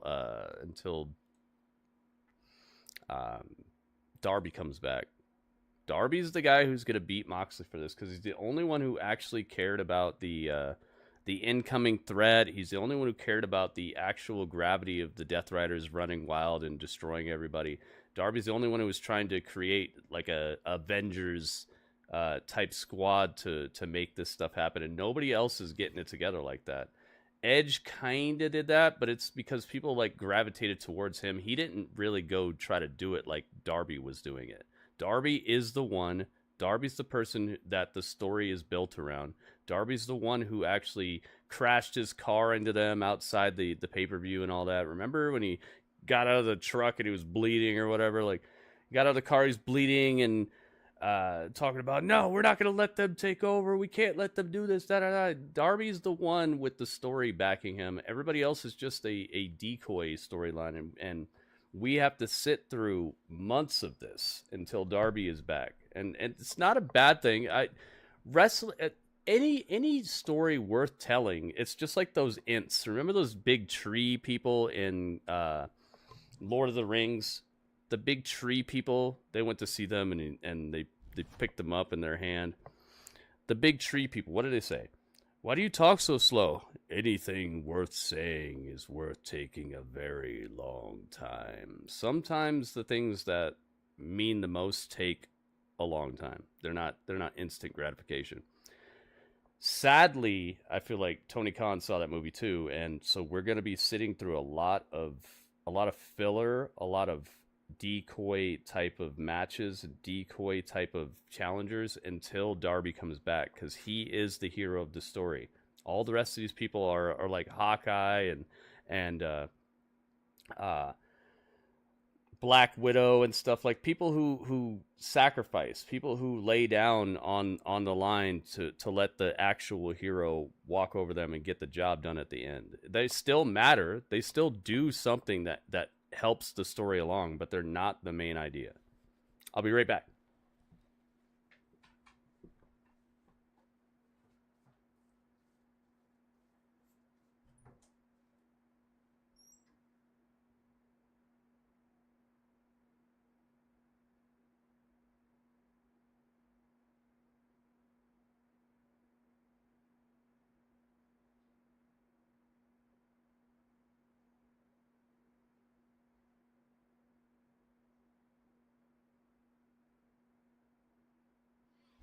Welcome back to AEW Dynamite. Let's take you back to Revolution 0 Hour. Just 10 days ago, Gravity with a massive opportunity to challenge Chris Jericho for the Ring of Honor World Championship. And Jericho taking out, brutalizing the brother of Bandito before the bell in front of their mother, their sister, unmasking Gravity. And then the Judas effect after for good measure. Reprehensible actions by Jericho. I humiliated you in front of your family. I made your mother. Yeah, see? Strange knows what I'm talking about. Bandito, the last time we saw you, you were viciously attacked by Chris Jericho. Mox retained again, yep. Darby Allin will beat Mox, then Darby versus MJF at All In Texas. I'm the booker. That's what you think? Nah, it'll be Darby versus Hangman, dude. It won't be MJF. It'll be Hangman. And that was the very first AEW show for my sister and my mother. And humiliate them. Jericho. It's Bandito. You made my mother cry. You made my mother cry. In front of me. And I will never forgive you for that. It'll be Hangman, dude. It's Texas. Come on, man. You see it. MJF might be in. It might be a triple threat, maybe, but it'll have Hangman involved. Boy, your family was humiliated on TV. Your mom cried on Yo, it's Johnny TV. You think This is a collision match, right? Are we setting up our collision match? Sunday, the biggest collision in history? Oh, wrong Johnny. My bad. Do you know what ratings would be? Bandito versus Johnny TV. I slam dunk your head and we get bigger ratings than the Super Bowl. What do you say, amigo? Okay, amigo. Okay, amigo. I accept. Woohoo! Bandito with the man bun. Bundito. Maybe he's Bundito. It's official, Johnny TV versus Bandito. You ever heard of something called a Fundito? Fundito? It's like you add a cool type of cheese to a dish and it becomes a Fundito. Fundito, aka Bundito. Yep. What did I say? It's a collision match. All right. I'd like that way better than seeing Hologram win for a 10,000th time. Bandito. Adam Page, not from Texas. Yeah, but they're I don't care where he's from. That's what they're advertising it as. He's the cowboy. Here we go. Wah! Look at the way they're advertising it. They have him front and center being the guy. I know he's not from Texas. It doesn't matter. He's the cowboy, man. Here he is. Let's get it. Are they going to talk over his entrance again, or are they going to let it rock? Yeah, Joe Soup.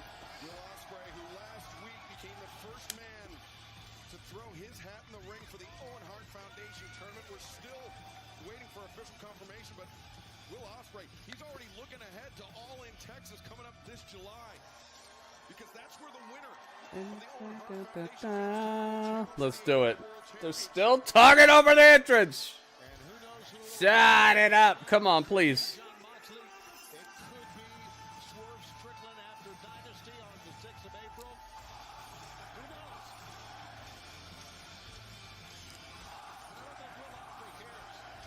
Oh my God, they're still talking.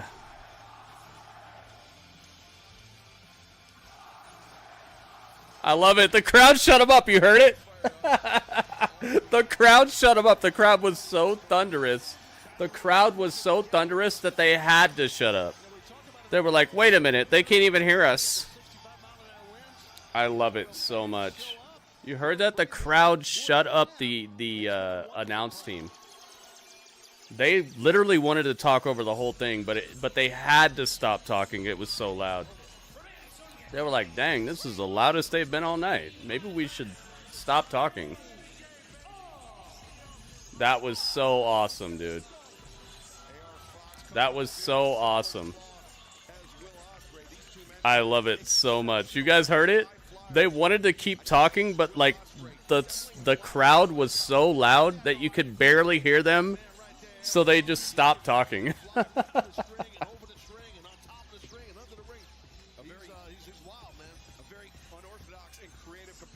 I love it. I love it so much, man. Did they say this is the main event or not? That's so funny.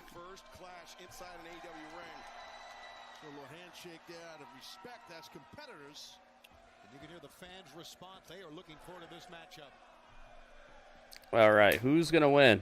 Will or AR? You guys heard that? That was so funny to me. All right.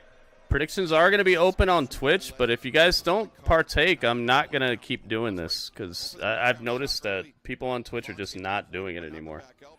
So please partake in the prediction, guys, if you'd like for me to keep on doing the predictions on Twitch. If it gets 2 people in here, we're not doing it again. I'll just spend my time some other way. Jay Montez, what's up, man?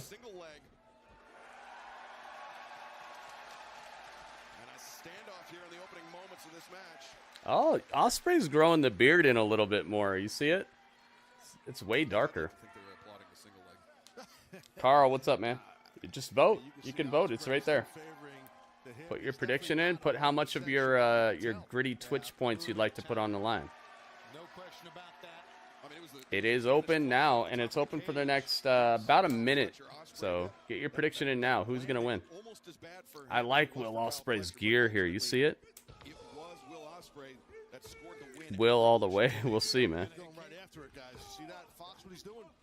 They're both baby faces. I don't think that matters, Michael. And I think that Hangman is versatile. He doesn't have to be a straight up baby face. And I don't think that they really care about that either. As we've seen, the only people who really are able to pull off the heel babyface type of stuff here are like maybe Kenny, maybe Ospreay, and there's very few people who get the heel babyface dichotomy going, because normally it's just cool heels all day here, so it'll be fine. It'll work out. Shivani and Excalibur. Master of word salads. Yeah, but why are they talking over like the most hype fan interaction, you know? They got clouded out by the crowd's emphatic response though, so I love it. Yeah, Ospreay is over like Rover. He's like the closest that any company has right now to like an actually hype babyface. And yes, this includes WWE because Cody is corny.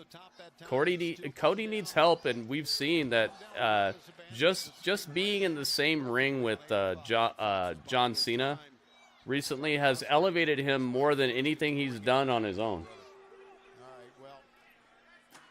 I'd say that realistically, Will Ospreay is the closest to a over babyface that any company has right now. He's the best. He's the best at all of them. He stands for like family values and caring about people other than himself and fighting the fight against like mental illness and just being an overall great wrestler too. I think he's the closest that any company has to like an actually over babyface. I think he's the one, man.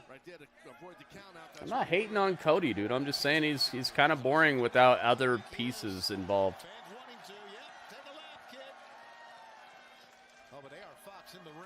Cody should turn heel. Shave his head? Wait a minute. What? Friar Tuck? Shave the top of his head just like right up here? That'd be funny. Yeah, dude, Javon Evans. This NXT this week was awesome. Speaking of NXT, guys, Evolve. We're doing Evolve right after this, so please stick around, hang out. My Twitch channel is where we're going to show the whole show. Evolve. Start to finish, on the screen, not stagnant pictures of wrestlers. Yeah, Javon Evans was crazy, man. Austin Theory in AEW? Oh, man, that'd be great. I think he needs a restart. Having some burgers. Nice, man. He will forever be Stardust. Hood Combat. I don't think that he's inherently boring. I just think that his reign is kind of boring. He's been relying upon good opponents who can kind of like foot the bill for him. And it's never been more apparent with John Cena now. John Cena has elevated Cody into this next... and it's helpful. I'm glad it's happening. I'm not saying that there's something wrong with it. It's just... I'd say Will Ospreay is a better babyface than Cody Rhodes. Even though Cody's in a bigger company with more people cheering for him and stuff, I think if Will Ospreay was in WWE right now, he would be the man. He's just good at it, man, and he's believable, and he seems realistically personable about it. Yeah, exactly. I think Cody is kind of mid. His in-ring stuff, he's not bad. And anybody mid can become world champion and actually do something, but I think it's just going to be up to his opponents how good it gets. Jey Uso's pretty up there, yeah, but Jey Uso's in-ring production is absolutely lackluster. Ospreay's somebody you could be a fan of who's going to give you the show you came to see. Jey Uso he's absolutely underwhelming. I sound like haters. You sound like a hater. Why are you always calling people haters? You know who actually sounds like a hater is the guy who's always calling people haters.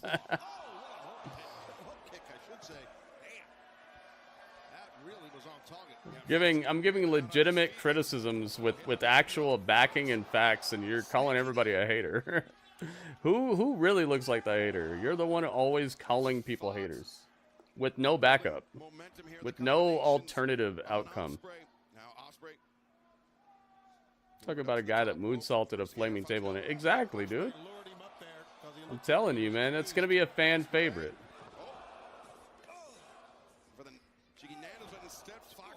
I think both Darby Allin and Will Ospreay are great examples of really cool Really cool baby faces.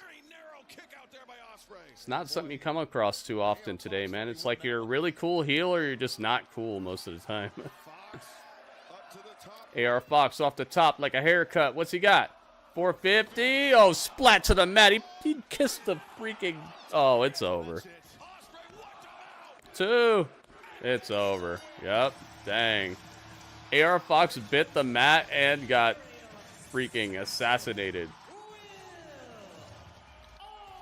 Elevated. Here we go. Will Ospreay wins. Is he a hater? Nah, he's a misery broker. He just wants to see the world burn. All he cares about is just upsetting people. He's not a hater. He just thrives on people's discomfort. Easy win by Will, yeah. I'm glad this match is over, by the way. I was hoping this would not last a whole extra 30 minutes that they gave it. I'm so glad that match ended that way. I like AR Fox, but come on, man. I'm glad this is over now. Look, he's looking at Dynasty and All in Texas. I thought this was whack, right? Like, I thought we weren't supposed to look at the sign and point to the sign. And let's go. Oh, my God. And they're talking over it, and they're not even acknowledging it.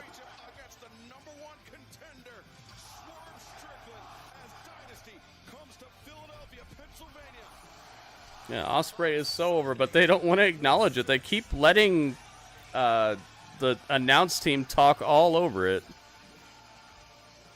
You could talk later, man, when you have an extra long match with spots that people don't care about. How about you talk over that? I'm sure you can get the point across then. Why do they keep doing this, man? They talk all over when Ospreay is out here just wrecking house and being the most hype over thing in your entire company. Nah, we gotta talk over that. What the heck, man? What do I know, though, right? Guys, it is now official at Dynasty. It will be Jon Moxley versus Swerve Strickland for the AEW World Championship. It's Renee.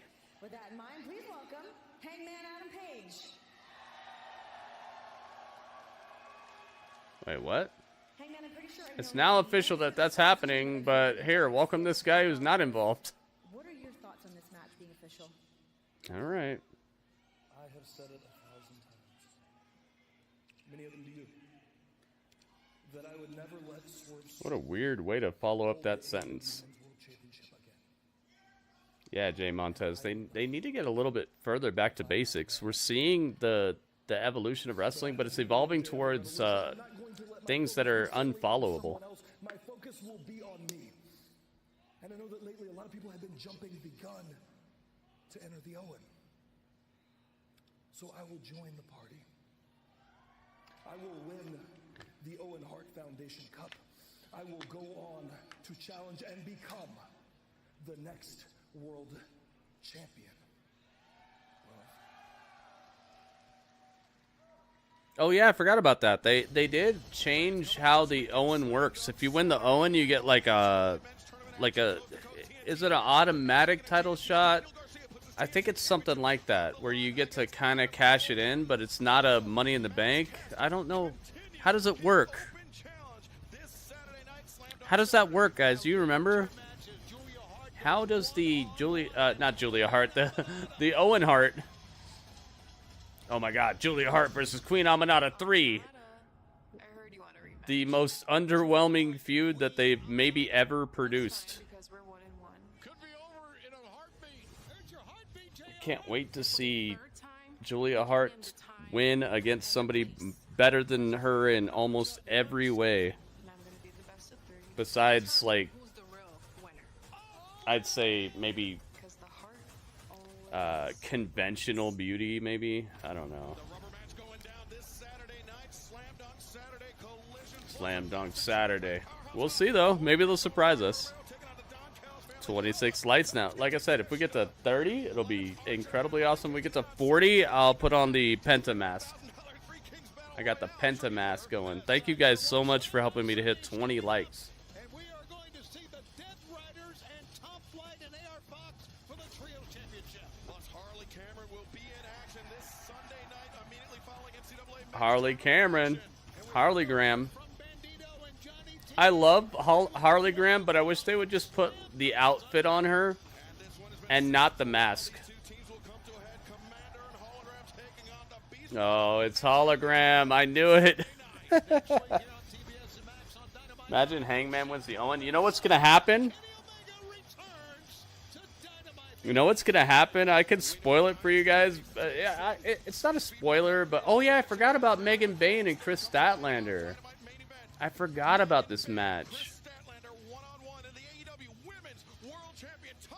I forgot this match is happening. I even put it on my my description. Wow, I forgot about that. So Megan Bane and Chris Statlander is main eventing. Beast Mortos mask? That'd be awesome. Dude, a Beast Mortos mask? That's a good idea. Do they even sell them? A Beast Mortos mask. Let me get that, dude. Oh, put her as part of crew? CRU, yeah. That's a good idea. Prediction since it's not here yet. We're gonna do it. We're gonna do it. Don't worry.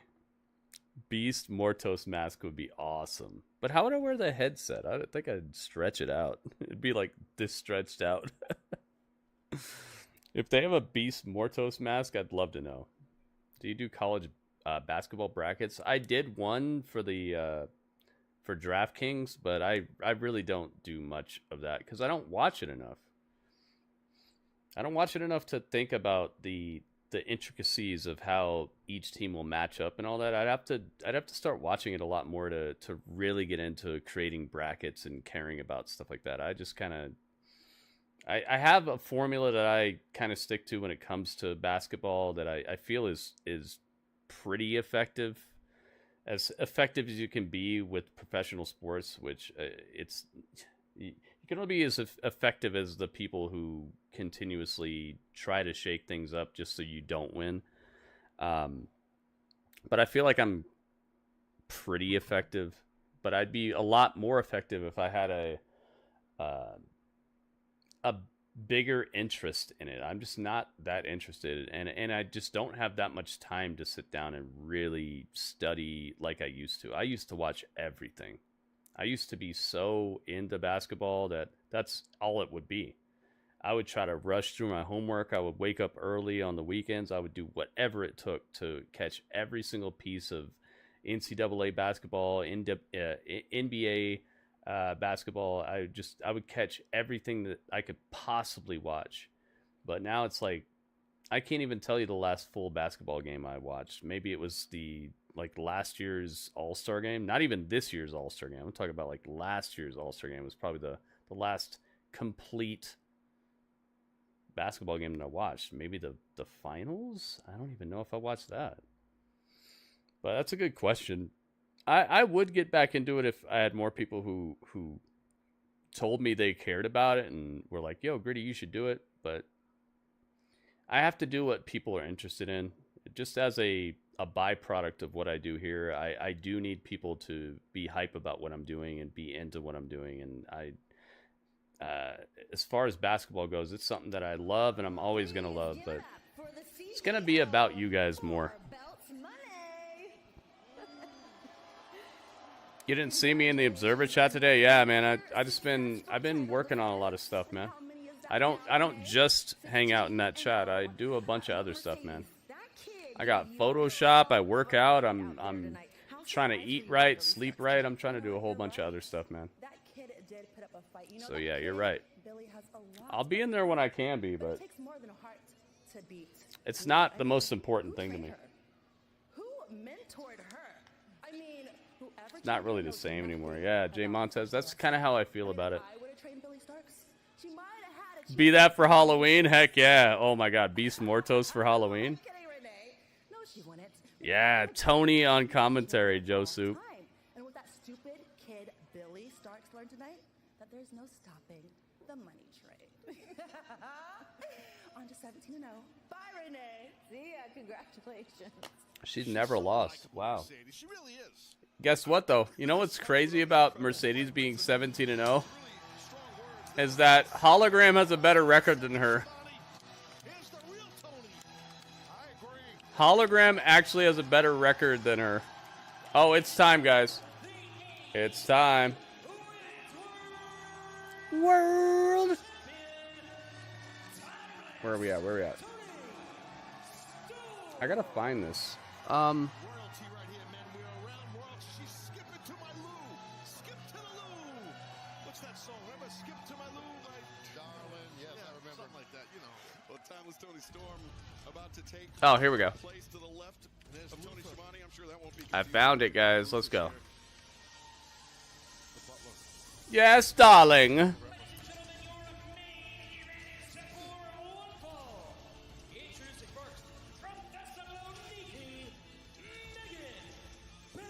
Megan Bane is here. Main event. Let's take you back to this past Saturday at Collision where Megan Bane went one-on-one. Megan Bane. Look at this picture I got of Megan Bane. You guys love it, right? I love it. I'm gonna teach you a lesson of respect. Megan Bane starting things. This is very brave of, I should have, like, film grain, right? I should have film grain to where it looks like old school film grain coming down. I should get that. Let's see if I can get that right now. It was you that was left laying at the end of the night by Megan Bane. Yes, wasn't it just? What a wonderful sight we all saw. I know you were a big fan of it, Mr. Siobhan. Mr. Schiavone, timeless Tony Storm has joined us here at the desk, taking in action here in our main event. We see Penelope Ford at the side of Megan Bane. Oh, it's time for Statlander.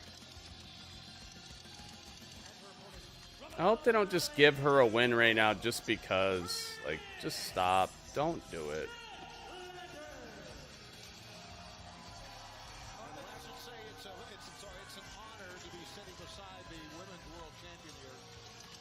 And Megan Bane has certainly taken her cheap shots, I know. But you, my dear, have had cheap shots thrown your way before. It's nothing new. Nothing I haven't experienced before. Nothing I haven't experienced before. Yeah, Miss Storm would love to congratulate you on the Hollywood ending, the big victory at Revolution 10 nights ago. Yes, thank All right, you. let's They see if also I can had Mr. actually Siobhan do had a this. Hollywood ending, but he had to pay $45 for the for the pleasure, you know.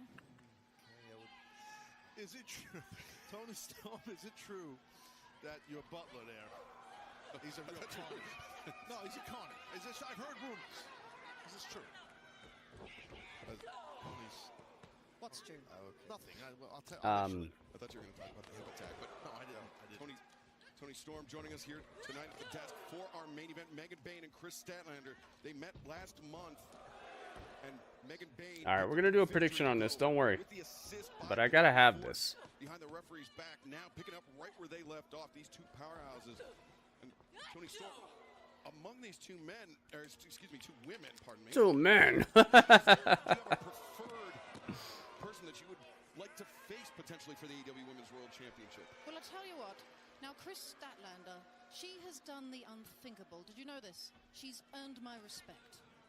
Wow, that's hard to do. That's See if we can do this. Okay, it's Megasis. green. What is it about this Megasis, huh? Well, it's Megasis. Oh, good gravy. All right, just give me a second, guys. See? And this is why. Don't worry. The fact that It's Megan gonna Bane work out. arrived here in the AEW Women's Division kind of put it on its ear because she has become a force in a short period of time. You have to realize that. Yes, I've realized that. And I've realized she has some lovely, big, juicy muscles. Lovely, big, juicy muscles. Similar. I mean, this the whole Greece and everything with Greece and Souvlaki and whatnot. Well, if she's the Megasis, then I'm the Stormodo Dragon. Same tone, What the and heck dry is skin. going on? Komodo, you're saying? Stormodo, darling. I'm sorry.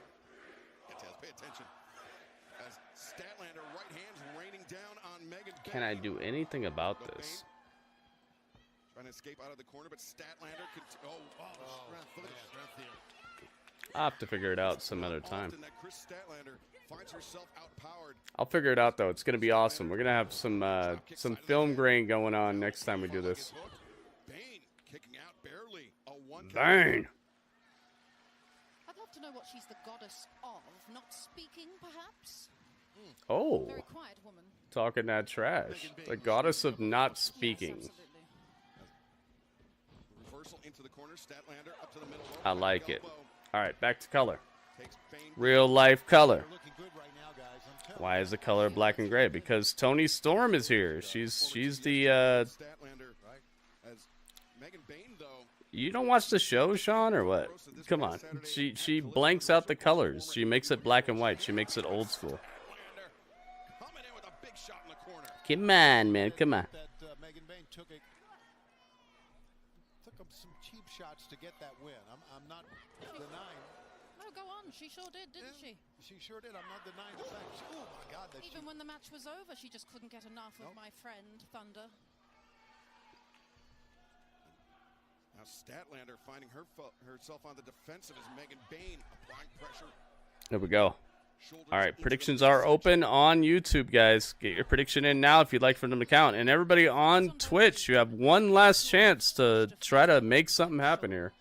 I don't know what's going on with you guys, but I'm seeing nobody really taking the time to be part of it. So this is your last chance before we retire predictions on Twitch, guys.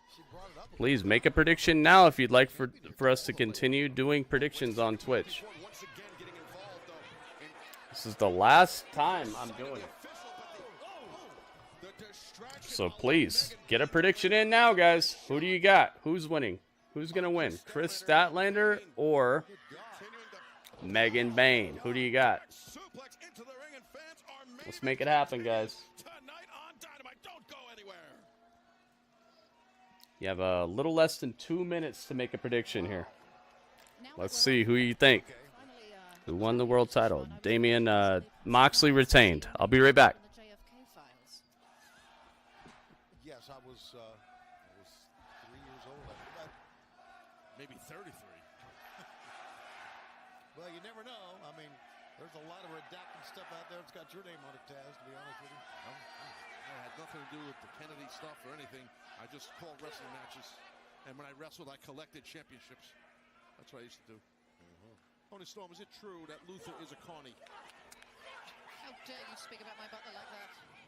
By the way, Mr. Taz, can we go to Brooklyn sometime and play handball like old times? Oh, yes, and paddleball. Yes, absolutely. Good. Like old times. You guys gonna open up a fire hydrant and play in the street? I know a good place right on Atlantic Avenue. You'll fit right in, Tony. Oh, fabulous. I think you guys need to admit there's nothing like having the women's world champion Toni Storm with us. Timeless Toni Storm. I do love you boys. Yes, thank you. Yes, thank you. The feeling is most certainly mutual as Megan Bane hammer throw.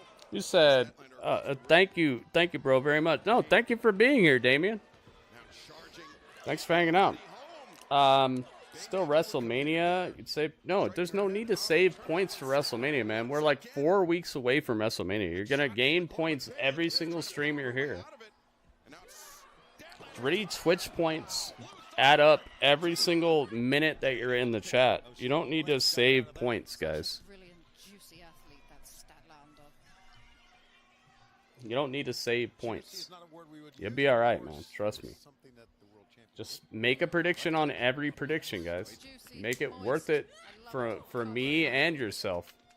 Good thing we're off the air. No, we're not, guys. No, we're not. We're not? No, we're not. But go ahead. Oh, good God. What have I said? No, you're fine. Oh, it's all good. Keep it up. Statlander breaks the grip, big elbow strike. And now Bane. Billie. Oh, Billie! Bane is so powerful. Release belly-to-belly suplex showing a lot of power there by Bane. And again, Statlander finding herself in unfamiliar territory, getting outpowered here. Toni would be a trip to hang out with. Never a dull moment. I like her a lot, man. I think she's done brilliant. She's one of the only people that I've seen actually improve their stock coming over here to AEW. There's a couple people who've done it, but she's one of the only women who's done it. The stock has risen by 1,000% over here, from being Toni Storm in WWE to Toni Storm here. Welcome back to AEW. At least 1,000%. stock rise, you know?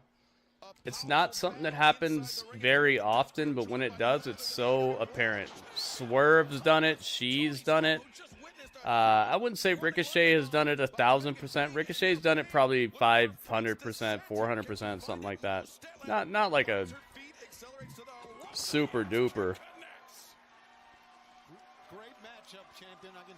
But yeah, Ricochet, I'd mention him. Who else would I mention? Who else has upped their stock value? I know people want to say Moxley, but I kind of don't see it. I think Moxley's just able to be more of who he wants to be, but I don't think his stock has gone up. I think Dean Ambrose and Jon Moxley are interchangeable in terms of popularity. But at least he gets to be more of what he wants to be here, so maybe that's a little upgrade. I give him maybe like a 5% upgrade here. Not much. Not much. I would say his matches and all that stuff is just really not... It's not as much of an upgrade as I would say that Tony Storm has got. Who else would you guys say? Who's gotten an upgrade from coming from WWE to AEW? Who's gotten at least 100% upgrade? At least 100%. At least 2 times better over here. Who is it? I would love to hear it. Up, you're out of here, Penelope. Get her out of here. Penelope's gone. Aw, she's so mad. Penelope's the best, man. She's so good. Jericho? You think Jericho's gotten at least 100% upgrade? You know what? I'll give you 100%. Christian for sure. Absolutely Christian. Yeah. Christian, I'll give you 100% on that. 100% on Christian. Maybe even a 200% on Christian. I like Christian way more than I ever liked him before. Absolutely. Christian, Jericho, these are good ones. Heck yeah. Swerve, I said Swerve. Swerve is the second place guy. I said Swerve. Swerve is the other 1,000%. Tony Storm and Swerve are the 1,000% upgrades by coming over here. So Josh, you're right on it. Wait, how do you say your name? Joshua Kasser? Joshua Kasser? Joshua Kaser? I thought I was gonna say like Joshusaur or something. Yeah, Christian is so good. I think there's at least like 3 other people we could bring up. Samoa Joe? Dude, we've got to say Samoa Joe. Samoa Joe should have won the title against Brock Lesnar. Remember when he was terrorizing Lesnar and choking him out on the ramp and everything? I think Samoa Joe gets at least a 100% upgrade by coming to AEW. Yeah, Samoa Joe, man. Gotta say Samoa Joe. This has not been for nothing, dude. AEW is awesome, but it's, you know, there's only a few people who have really benefited from this, and that's why I'm trying to like list them right now, because there is a positive.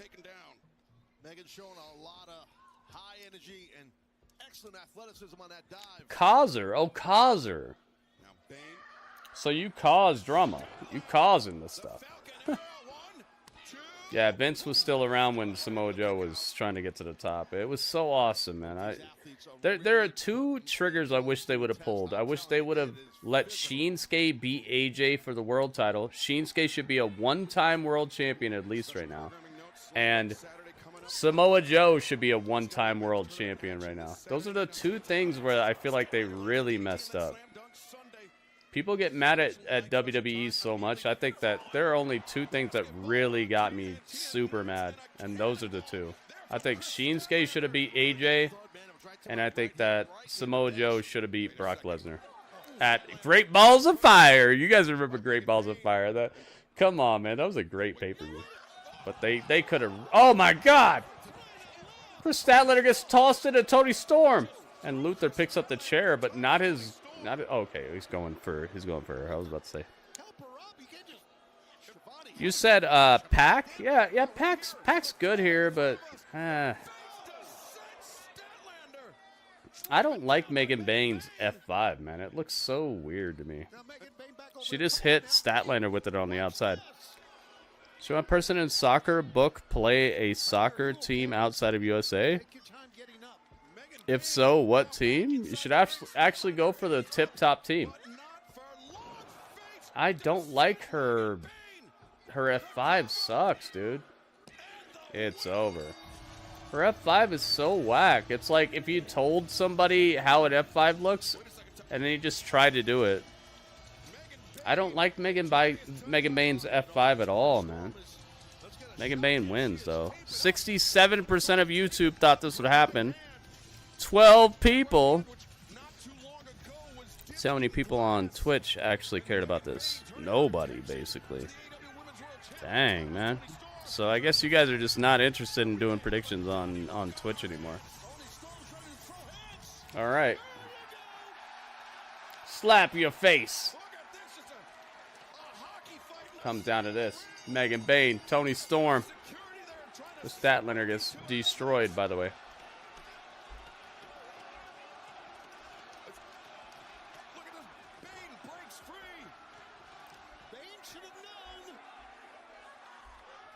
Give me all the monies. You got them, man. They're yours. You may have won the last ever prediction that I'm going to do on the channel. Uh-oh, Tony Storm's running wild, guys.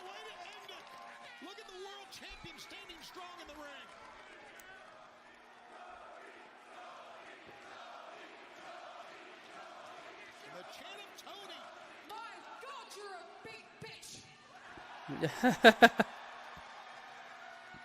always said the bigger they are, the harder they come. So it's about time you and I got tantric.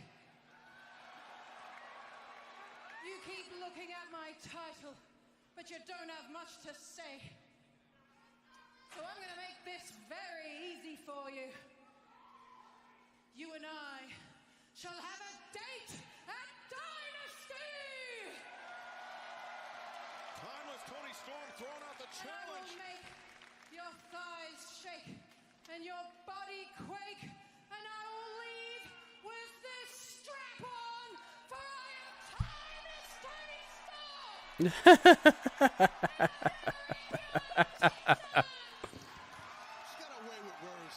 She's got a heck of a way with words, I'll tell you that. Yeah, Lewis, that's what she said, man.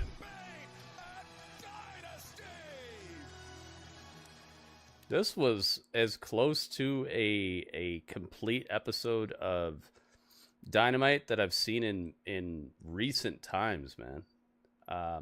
I think that the match card that the construction or the order of this match card are very suspect to me. I haven't had a chance to really think about it yet, but I do feel like that's the fact that the show just ended and I'm thinking about the order of the match card lets me know that that was a situation here. The order of this match card needed help.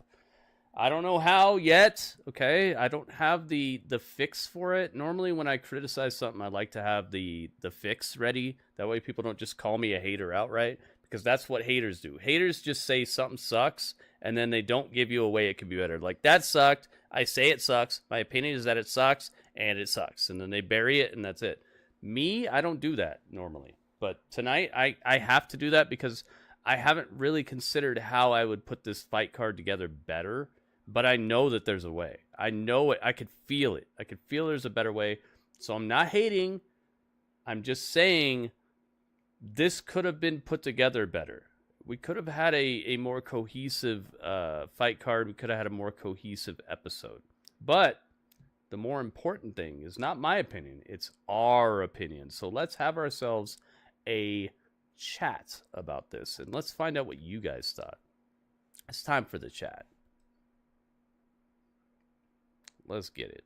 Let's get the chat. Now, if you guys don't know what the chat is, it's Grapple Chat, okay? We're talking about the graps. We're chatting about the graps. I want to know what score you guys would give this episode out of 10. Oh, I haven't even closed this yet. Here, close that. Okay.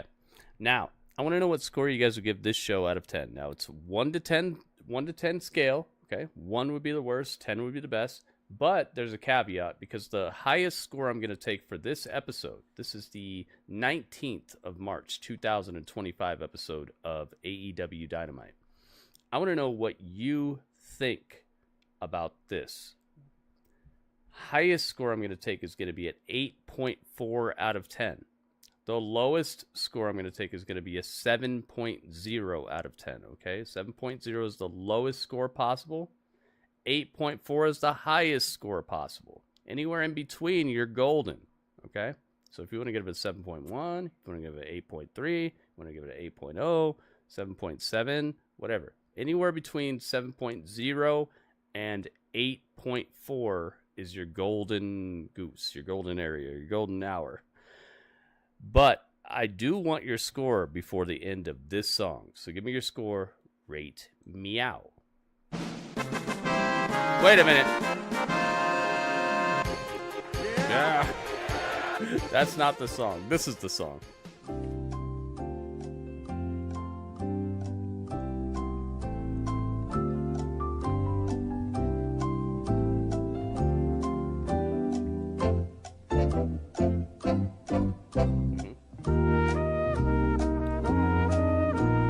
The song was so fast. Yeah, that's not the song.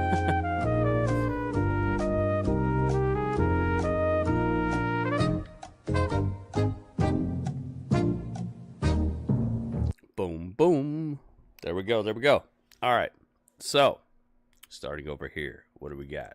Yeah, Tony's mad entertaining, man. All right. JGSA gave me an invalid score, first off. Okay, so it's always good to start off with an invalid score, JGSA. But now maybe JGSA heard what I said, and they're going to re-put their score. The lowest score you can give is 7.0, so please listen to the rules and then submit your score. All right, so Donovan says 8.4. Donovan says the best show possible. You got it. Thank you, Donovan. What is 8.2, says Joe Soup. Oh, my goodness. Radio's created a monster. Joe Soup, you get a what's up for presenting it in the form of a question. You got it. Michael says 8.2 as well. Thank you, Michael. 7.2 says Sean. Thank you, Sean. Daryl, you also are not paying attention to the rules, so I can't take that score. J-Rock says 7.73. Thank you, J-Rock. On your own Earth Day. Look, it's his Earth Day, and he's still giving us scores. This is dedication. This is hustle, loyalty, and respect. That's you, J-Rock. Strange says, what is 7.9? Okay, you got it. Thank you, Strange. And you get a what's up for phrasing it in the form of a question. Next up, 7.0 says Ringmaster. Dang, Ringmaster absolutely did not like the show. Ringmaster, what made you think it was the worst show ever? Oh my goodness, it's Richie! It's Richie Vargas! Yo, what? Are you Richie for this? Oh my goodness. Richie's about to blow up the spot. Look at this. Richie, next week is going to be your week if you're looking for that. Thank you so much for 26 bits. They said that Kenny is going to be back next week. Maybe Richie will be back next week too. Maybe I'm telling the future. Richie, thank you so much for the bits, man. I appreciate it. 26 bits. Cutting into WB's life bar. WB is the chat champ right now. You see him? He's got 224 hit points out of 300. So people have been cutting into his health bar steadily throughout the show, but that was the first real devastating blow to WB's dominance.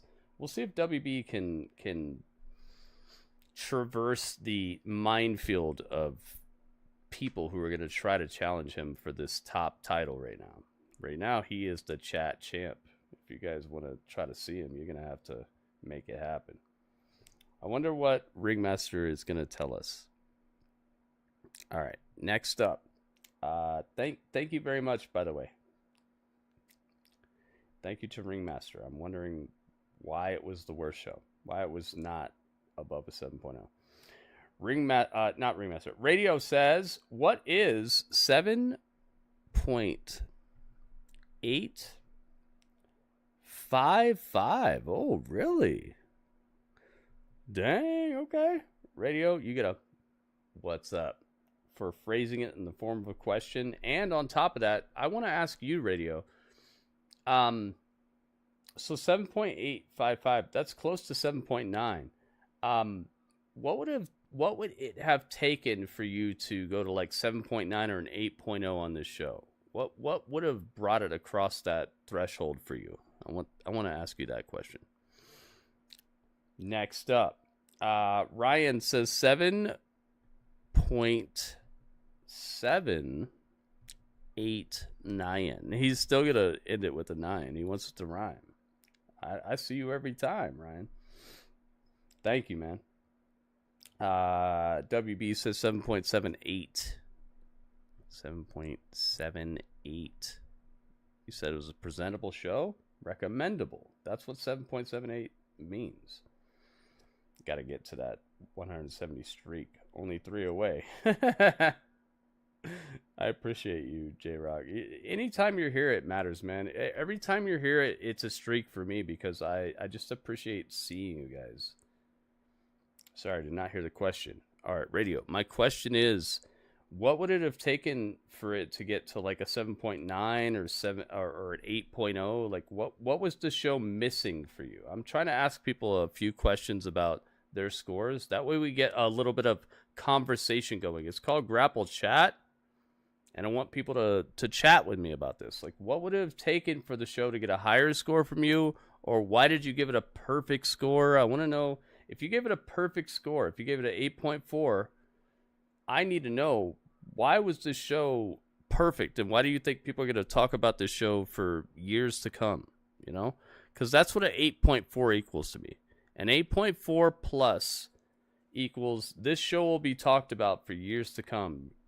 Because it's so monumental, okay? So when you're giving a show an 8.4, I hope you're ready to get a conversation, because I'm going to ask you, why was it the best show? Why was it the worst show? Why is it getting a 7.0? Why is it going to get an 8.4? Why are you giving it the top score possible? Why are you giving it the worst score possible? If you're giving it anything like that, I'm gonna call you out it. I'm gonna call you on it, and I'm gonna ask you. But then there's some other people who are gonna be between that I'm gonna ask them about, how could it have been better? How could it have been worse? What is going on with you that you're giving it this score? So you're never gonna be able to completely understand when I'm gonna call you on it. But I hope that you have an explanation, because this is called Grapple Chat. I want to hang out with you guys, and I want us to have a conversation. A lot of people have taken this show as, I give a score and then I leave. And that's not what we do here. It's not called Grapple Chat because you give a score and then you leave. It's called Grapple Chat because you give a score and then we talk about it. We're supposed to be having a review show together, okay? And I might open up a phone line if you guys start actually caring about the like back and forth of what the show means and having that chat. I might start opening up a phone line to where you guys can call in and we can have a little conversation, a call-in show. Okay? But I need you guys to actually care about the back and forth of this. I need you guys to actually understand that this is supposed to be a review show where I'm giving everybody a platform here, and we're going to talk about the show, and you have to back up your opinion with what you saw. So hopefully that sounds cool to you guys, but I can't do it unless you guys care. I can't do it with 2 people actually wanting to talk to me about the show. We need to have multiple people who actually care about what we just watched and have an opinion about why they're giving the score they're giving, and that way I can give you guys my score. You can give me your score, and then I can bring you onto the show, and we can hear your voice, and I can put up like a picture of you or something, and we can talk about it. if we can't do that unless people are willing to back up their opinions. So that's why I'm continuously asking people, why would you give it the top score? Why is it the best show ever?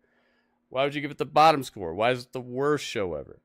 And some people in between, why did you think this show was great? Let me find out. You know, like, we need to talk. It's grapple chat. It's not supposed to be one person's opinion. It's supposed to be all of us together. So I hope you guys would like that. And I hope that some people would call in. Don't worry, I'm not going to put your number, or I'm not going to dox you. I'm not going to do any of that. All right. If I get you on the show, don't worry. I'm not going to have people harassing you or calling you up a year from now talking about, hey man, I saw what you said about AEW. You know, some of these AEW fans are unhinged. Some of the WWE fans are unhinged. I'm not going to dox anybody. It's just going to be basically like a picture of you and me on the screen, and then you could talk, and I'll just tell people who you are, and you could say what you want, and then I'm not going to expose any of your info. But that's my idea for how this show should go. It should be a chat about the show. So you guys can call in after Dynamite, after Raw, after WrestleMania, and tell me what you thought worked, what you thought didn't work, how hype you are, and just back up your opinions. So we'll see. All right, so I don't care about the story. Wrestling was good, but I thought it could have been better. Yeah, okay. I see that. Seemed like they were just going through the motions. I did feel that a bit, Radio. I didn't miss your answers. I'm just explaining stuff, Radio. I didn't miss your answers. I'm just explaining to people who aren't the answers I'm looking for, what I'm looking for. Joe Soup said 8.2. Okay, I'll add the 8.2. But Joe Soup, please give your. Oh, you already gave your score. Don't worry, man. Just please listen when I put the scores in, and you'll see that I already did that. Don't add scores later on, guys. Don't add scores later on. You already missed it. It's over. You guys gotta put your scores in here when I ask for them. There's this song, okay? This is the song. You hear the song? When you hear this song, that's when your score should be put in the chat. If you're not hearing this score, your song ain't happening. Your score ain't happening. You were responding to... Okay. Yeah, but like, I see what you're saying.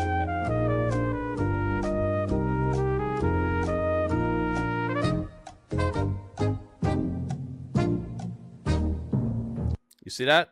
Okay, so if you don't hear that song playing, your score should not be happening. There's no scores outside of that song.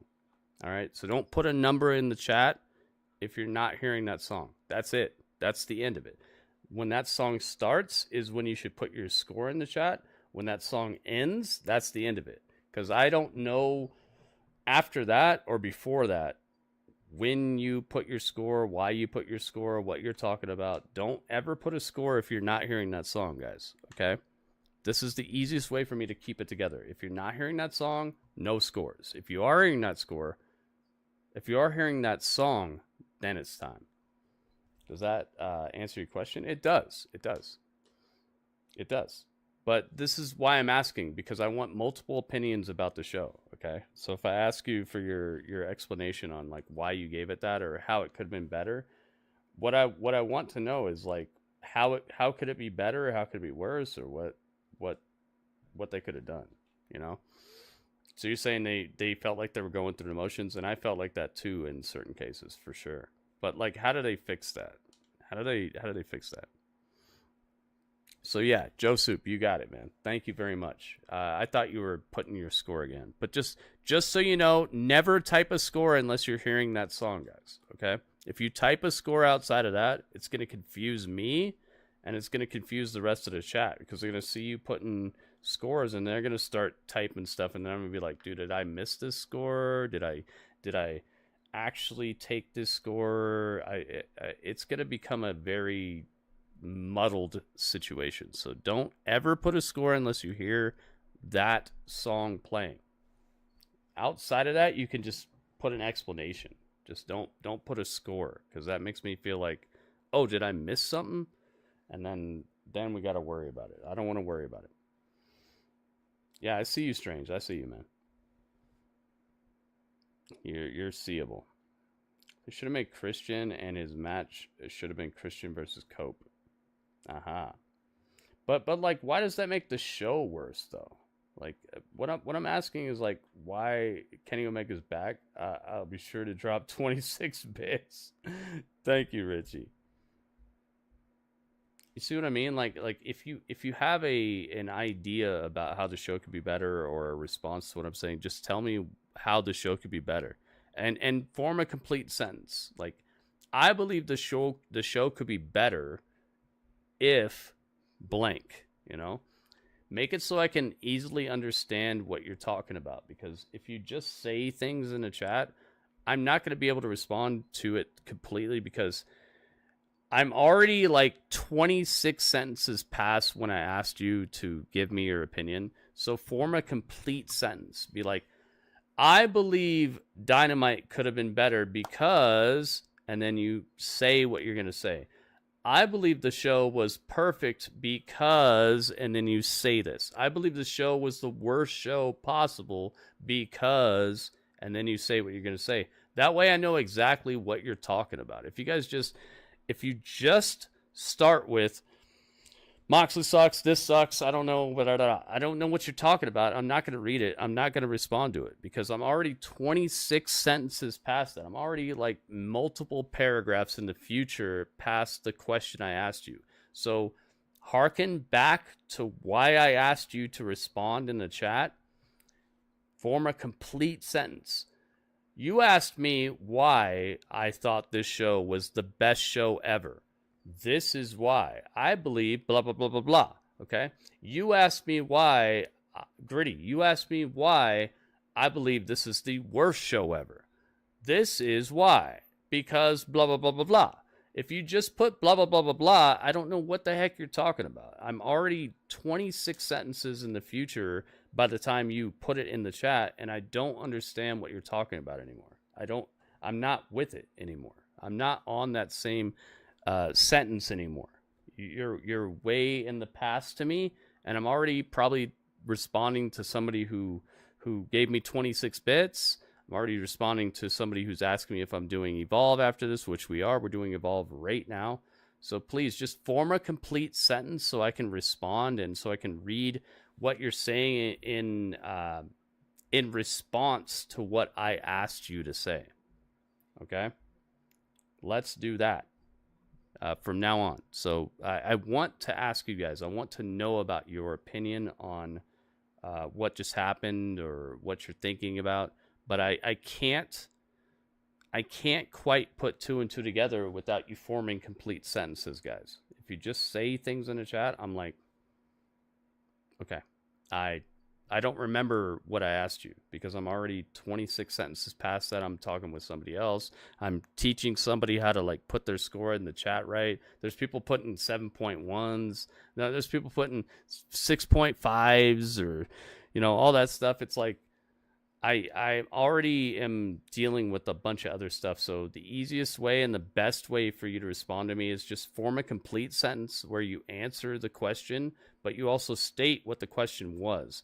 I believe this was an 8.4 because I believe this is a perfect show because I believe this is the worst show ever because that way when I read it, it's just we're right back where we started and I understand it. I can't understand it if all I get is Moxley sucks. Like, okay, cool. You think Moxley sucks. Like, I'm not gonna, I don't know if that's something, I don't know what you're talking about, you know?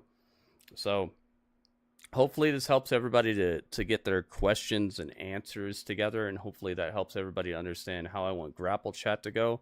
That way I can make your reviews matter, guys. That's what this show is all about.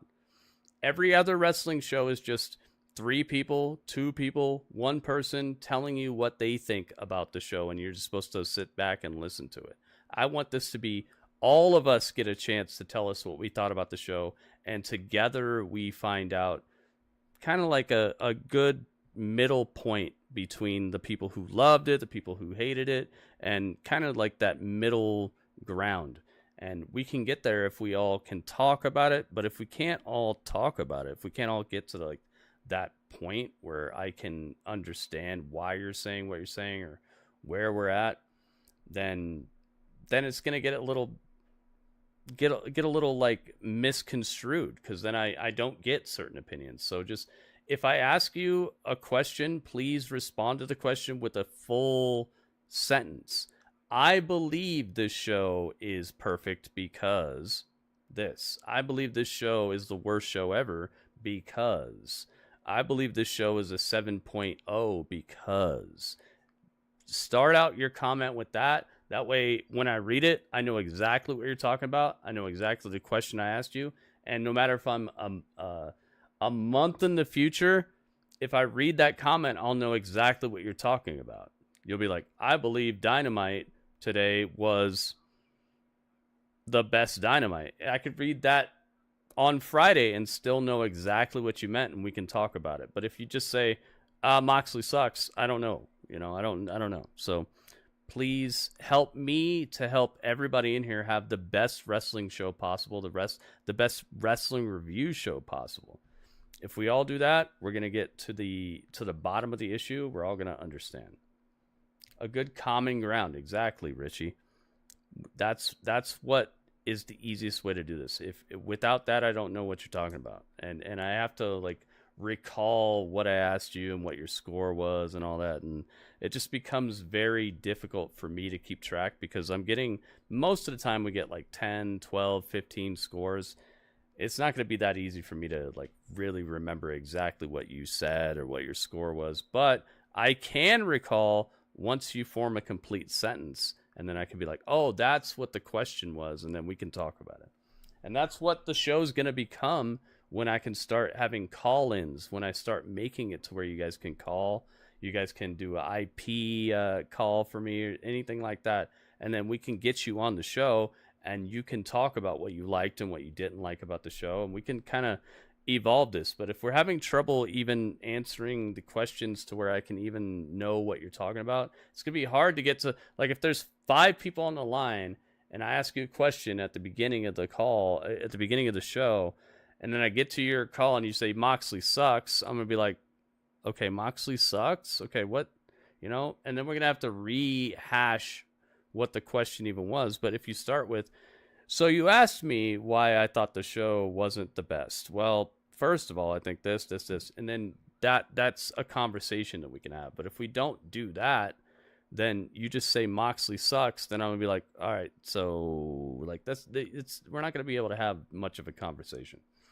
So just please understand, guys, I'm asking you for your opinions, but you need to like start it out with the question I asked you, so that I know exactly what the conversation is. I don't understand the conversation if it's just, this sucks. What? This is awesome. What? Like, I don't cool. Is there a conversation we can have at that point? Maybe, but it's gonna be a lot harder for us to establish the baseline where we can talk. Whereas if we actually start out on an even ground where we understand what the question was and what the conversation is, we can start off on a very much better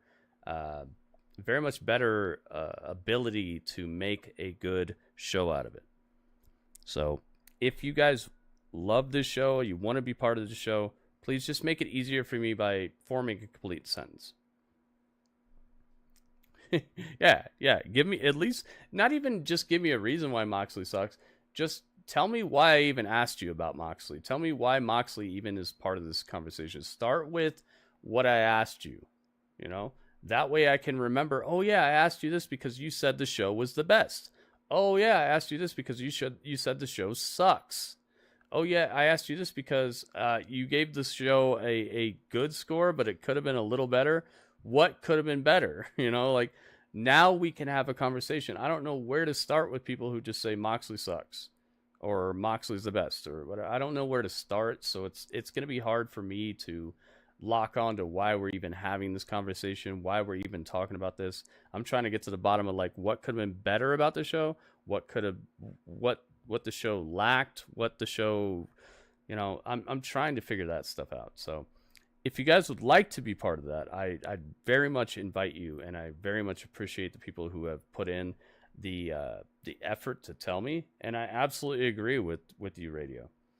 But yeah, it does answer my question, but it's gotta start with like a little bit of like what I asked. So it's not you, Radio, because all I was doing was just explaining it to people. I didn't miss what you said. I was just taking the time to help people to understand why I'm asking these things and what I'm trying to do with the show, which is just get to the bottom of why certain people liked the show, why certain people didn't like the show, and why the people who liked the show could have went either way. Like what pushed it over the edge, what pushed it lower, what could have been better. Like this is what a grapple chat is. It's a chat about wrestling.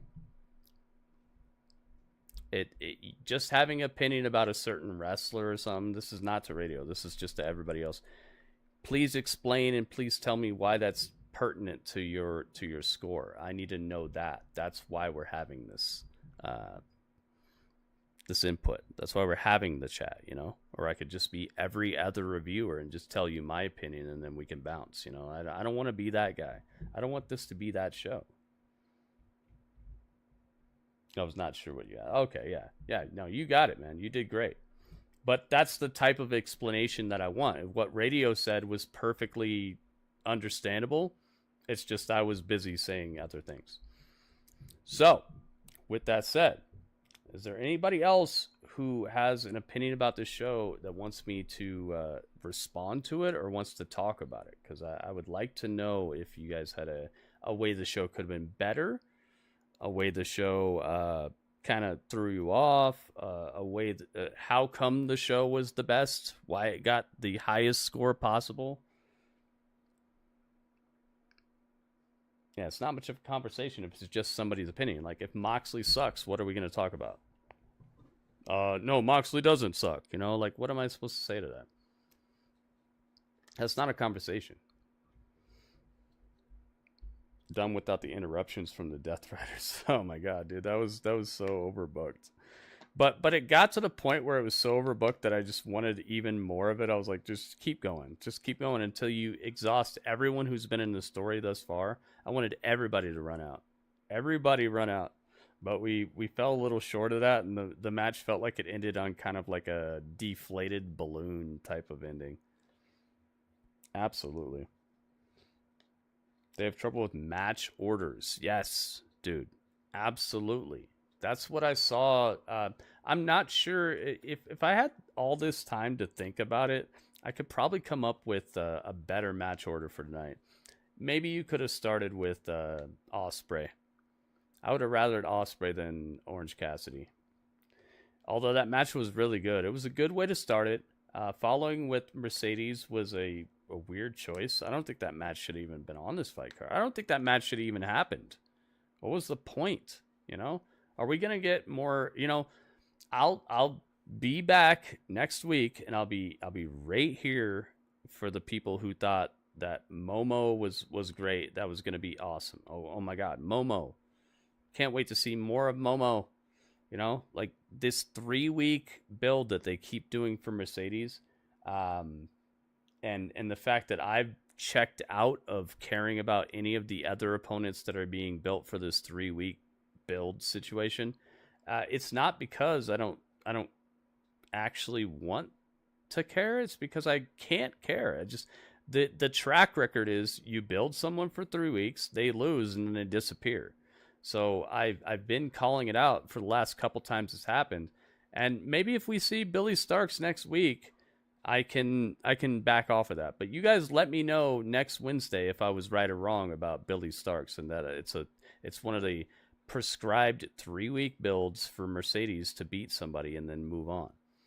And I feel like I might be a little wrong because I feel like Billie is just a setup for Athena, and they're going to set up Athena and Mercedes at Texas at All In because Athena's from Texas. So I think that's what's going to happen. So I might be a little wrong, but it won't be because of Billie. Billie will be there. She might break the 3-week curse, but it's not going to be for her. It's going to be for Athena. And I have no problem with that. It's just, stop telling me that I'm wrong about the 3-week build for Athena. Stop telling me that these intermittent challengers actually have chances, and stop telling me that that's entertaining. It's not. It's not entertaining to see people get consistent wins against underwhelming challengers. It's not entertaining. Exactly. Just to keep her happy. You guys see what I'm saying? Like, it's a consistent. You could tell Tony's behind it because there's this booking inside a box that Tony does. Tony has this box over his head where he can make good booking. I'm not saying he's a bad booker, but he's booking inside of this box where he has no ability to break outside the box with his storytelling, and it gets absolutely nerfed from what it could be. If he could ever break outside of this booking box that he lives in, he could actually be one of the best bookers of all time.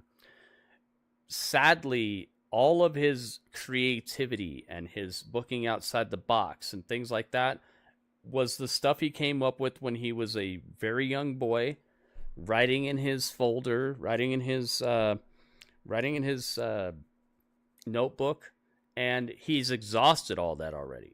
We already know that the first couple of years of AEW were Tony Khan's writings inside of his journal, inside of his notebook, and he just like amalgamated it to fit the people who are in AEW now. So all the good storytelling and the long-term booking and things like that, those things were Tony Khan's most creative years coming together into this cacophony of awesomeness. Okay. Now he's booking week to week, show to show, trying to make things work with the people involved, and some of it's working, some of it's not, most of it's not.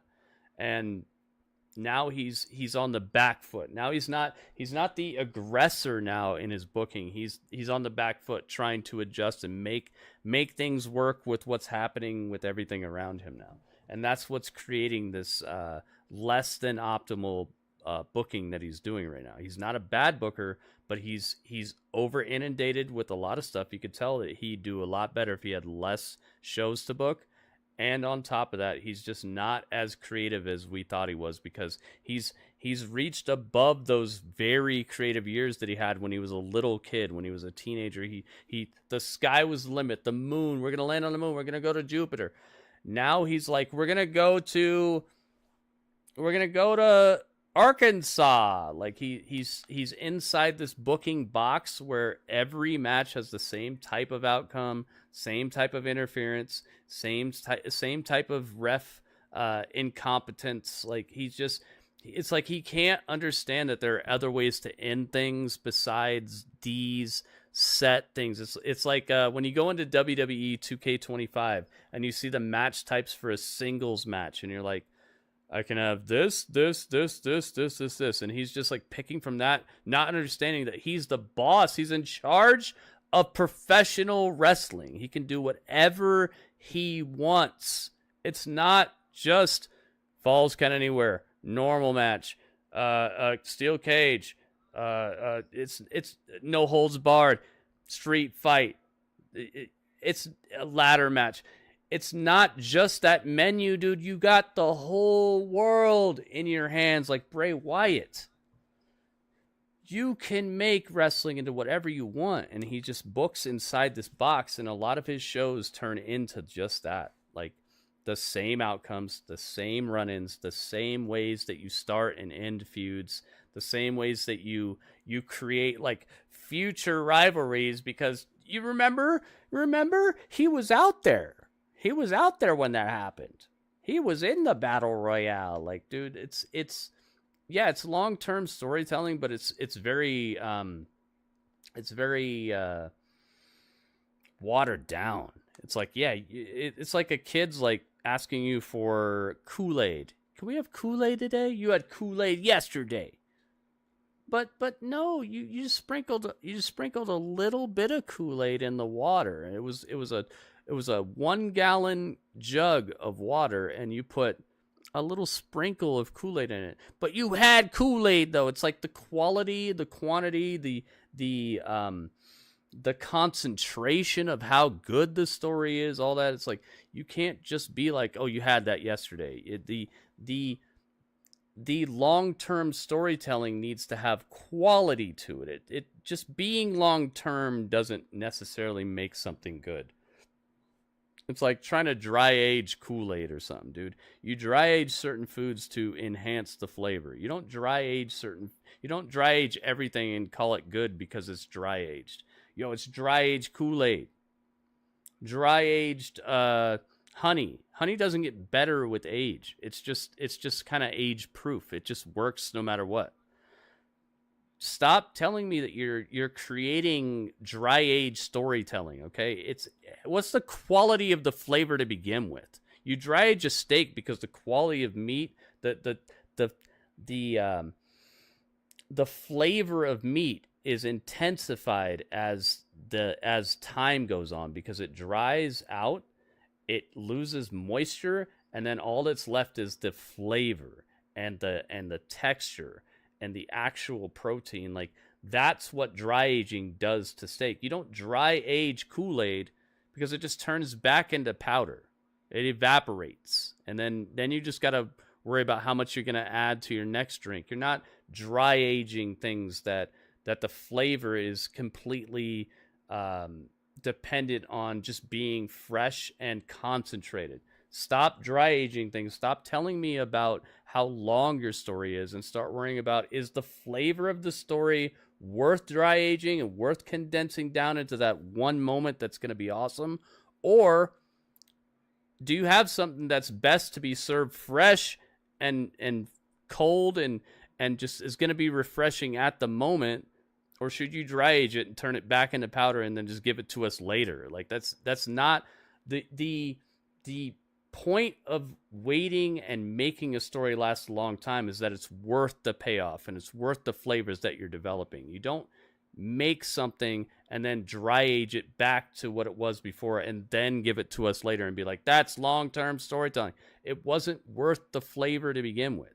Long-term storytelling is serving me the same exact powder that you made the Kool-Aid out of, but you let it sit there long enough that it turned back into powder, and then you made another glass of Kool-Aid, and now you're serving me the glass of Kool-Aid months later. It's the same exact flavor. All you did was make me wait to drink it. That's not enhancing the flavor. That's not reducing it down into its very pure essence and giving it to me with that strong shot straight to the face that makes me like, oh my God, dude, it's much better this way. No, you're just telling me because I waited a long time to get it, now it's better. It's not. It's the same flavors. All you did was just take the Kool-Aid, you set it out in the sun, and then the sun evaporated all the water out, and now you're sitting there with just concentrated Kool-Aid powder. And now months later, you're going to pour it back into water, and then I'm going to drink it and be like, yo, Kool-Aid, yeah. It's the same exact flavor. Stop doing that. Stop telling me long-term storytelling is making something better when you're just serving me the same thing just later on. You need to develop the flavors. So, you said, what is my score? Oh, radio wants my score. Thank you. I was wondering if anybody wanted my score. My score is a 7.0. The show was very missable. Nothing happened. Nobody did anything. The show, I had fun with it. Very fun, but good matches do not a good show make. And what am I looking forward to next week? Megan Bane seems like a plug-and-play challenger. We still have Jon Moxley on top. Nothing happened there. Just a bunch of overbooked stuff. Dax Harwood, I guess, kind of turning heel a little bit, but he's been doing that to everybody though. I guess that could be long-term storytelling, but he did the same thing to Cope that he's done to a lot of people recently. So I don't care about Dax, and I probably never will. We'll see. Gosh, you started the show on a high note, but what did you do? You turned it into a triple threat match, which could be good, but we still are weeks away from that. As a show, this just really didn't push anything forward. It didn't help me to be excited about next week.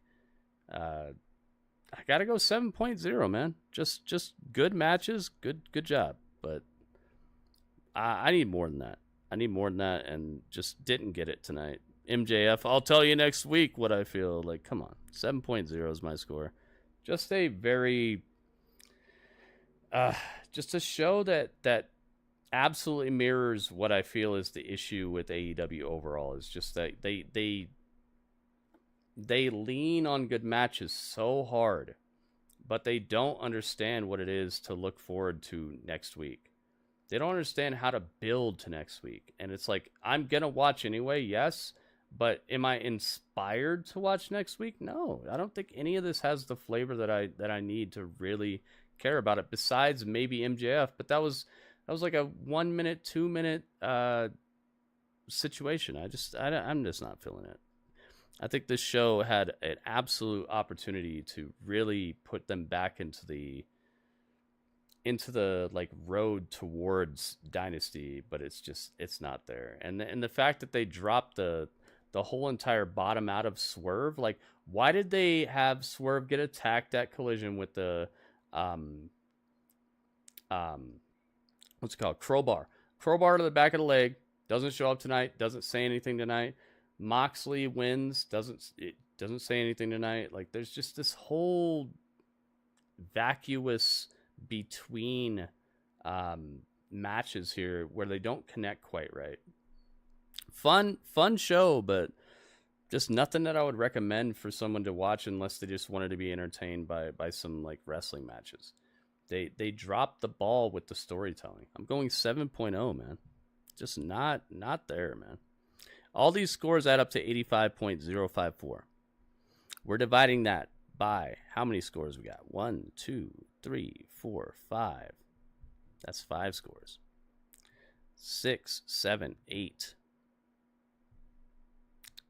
9, 10, 11 scores? 11? Let's see. 1, 2, 3, 4, 5, 6,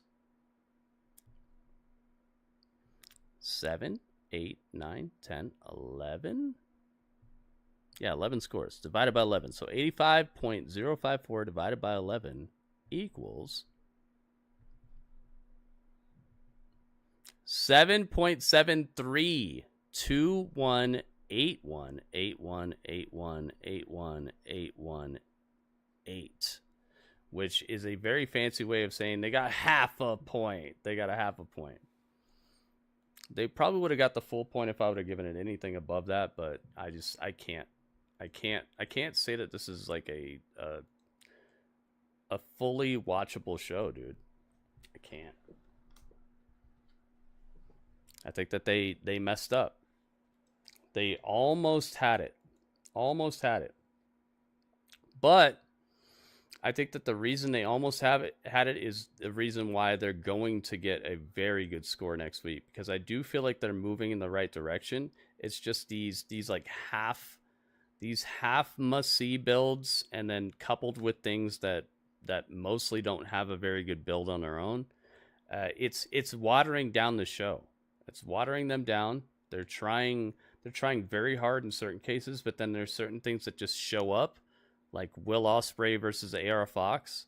You know, it just shows up. It's on the show, and it's like your biggest and your top babyface is just fighting some guy, and he just wins. It's the same thing that happens with Jey Uso. Like, you heard me say it on Raw. Jey Uso versus Austin Theory, and then Jey Uso just wins.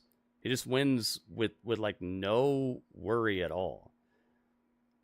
It doesn't quite add up. It's not doing enough to make the show must see. Yes, there are good matches, but like overall, what did this show accomplish? We know that next week something's happening. We know next week MJF is going to talk about his showdown, or his idea of what to do with the MVP offer. Next week we're going to find out more about Moxley and Swerve. Next week we're going to find out about what's next for Will Ospreay. Next week, we're going to find out more about Megan Bane and Tony Storm. Next week, we're going to... But it's like these things weren't even built well this week. It's like the thing you're looking for, the things that are the best and biggest things on the show were not really paid off on the show. And then on top of that, you have to wait till next week to find out. It's like the investment of how they could have built these things up on this show could have been better. But the matches were really good. I liked the matches a lot. Hey, there's Michael. What's up, Michael? Wrestlers still went through the motions and put on a show. Yeah, exactly, Radio. Deserve to score better than the worst show ever. But the thing is, 7.0 is not the worst show ever. 7.0 is the... I say it like it's the worst show ever, but it's like the effort. And it's the ability for a show to make you want to watch what happens next. I see what you're saying. It should get better than a 7. But the thing is, they had things that set this up to make this a show to see. And now it's like, watch next show, and what did this show accomplish? So, yeah, maybe a little better than the 7.0, but that's up to you guys. To me, I feel like this show is I'll never watch it again. I'll never watch this show again. Good wrestling action, as is expected for AEW. AEW is it's known that they're going to give you good wrestling matches, but the thing that makes you want to see the next match has to be better than just this match happened, and that's what I'm saying. But I see what you're saying. It probably should be better than the 7.0, and that's where everybody else comes in. My opinion of this is that I would never watch this show again. I appreciate that the wrestlers came out, and that's why I don't allow people to give like 5.0s or 4.0s, things like that. Just me saying that the show is not going to be anything below a 7.0 should let you know that I do respect the action involved. I respect the wrestlers involved, but I'm not going to give it glowing marks for doing basically nothing for the stories involved and doing basically nothing to make this the show that people paid good money to watch. It's one of those shows that is living between motions. It's living between situations that we do care about. We got a rematch of a match that was widely regarded as the worst match on the last pay-per-view. Much better tonight, by the way, but still with a disappointing and flat outcome. We had a couple matches in between that just gave us challengers for people that, especially the Fatal 4-Way. The Fatal 4-Way was like, so we're going to just keep doing this where everybody's fighting, everybody's going through a tournament, then they fight each other, then they fight Kenny Omega. They even put Takeshita in that situation last time. So we're like replaying the whole tournament situation when it's like you could build a feud for Kenny, something a little bit more fulfilling than that. It just feels very vacuous and vacant and just lazy, right? Like I understand, yeah, 7.0 seems very low, but that's how I feel about the show. I feel like most people aren't going to ever watch this show again. And I feel like I'm not going to watch this show again. But the overall effort, the wrestling, is what gave it a 7.0. If it was not for how good the matches were tonight, I would probably allow it to be a little lower than a 7. But 7.0 is the lowest I can go because everybody came out and bring it. They did their job right. Yeah, what's different? What's different about next week? They'll be in another arena. Like, nothing changed tonight. We literally got replays of things tonight. So I definitely understand what you're saying. 7.0 does seem a little low, but that's where everybody else's score needs to come in, because that's the beauty of averages. Okay, the beauty of averages is like not everybody on your team is Jose Canseco. Not everybody on your team is Babe Ruth.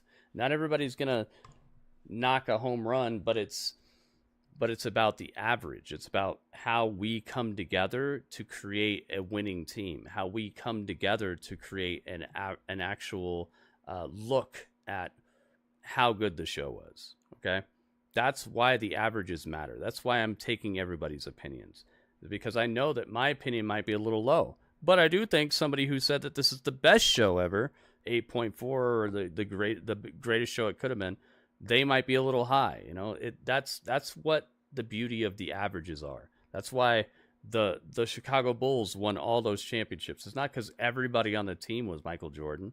There are role players. There are people who care about certain things. There are people who shoot threes. There are people who catch rebounds. There are people who they're just there to play good defense. They're there to get a few points, but play good defense.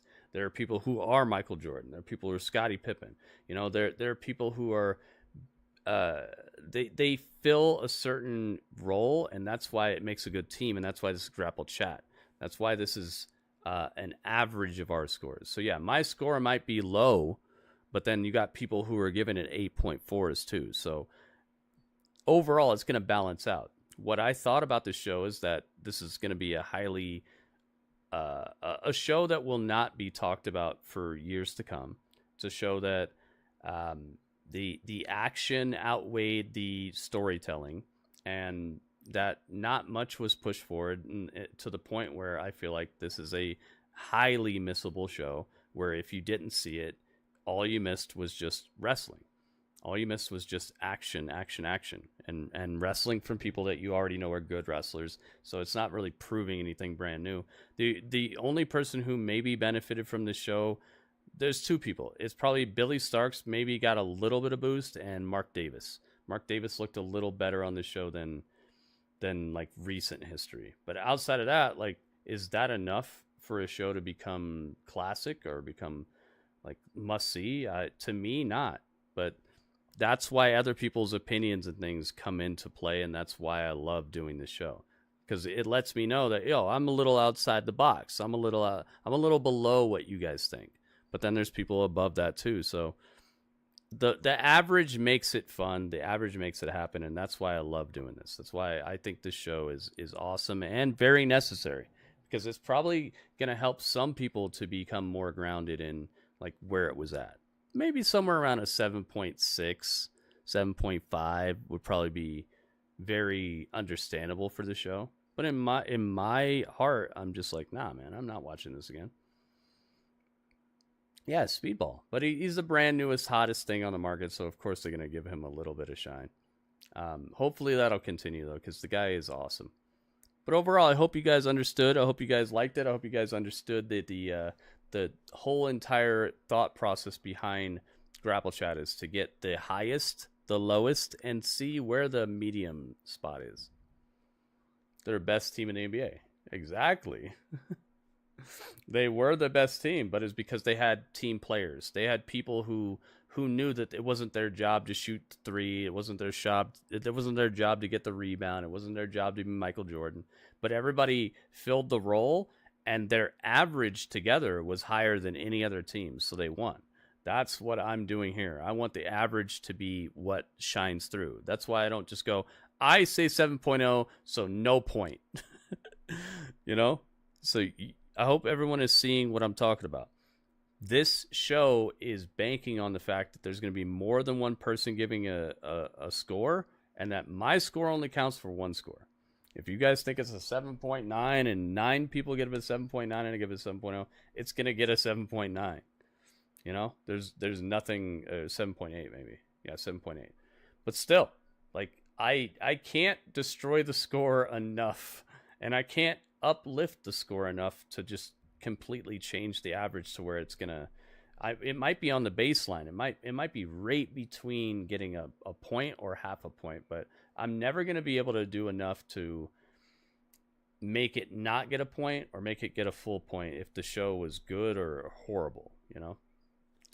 That's the point of the show, is that it's not every other review show where you just hear a guy going, the show sucks, it sucks because I say so, 5.0 out of 10, you know? It's never going to be that.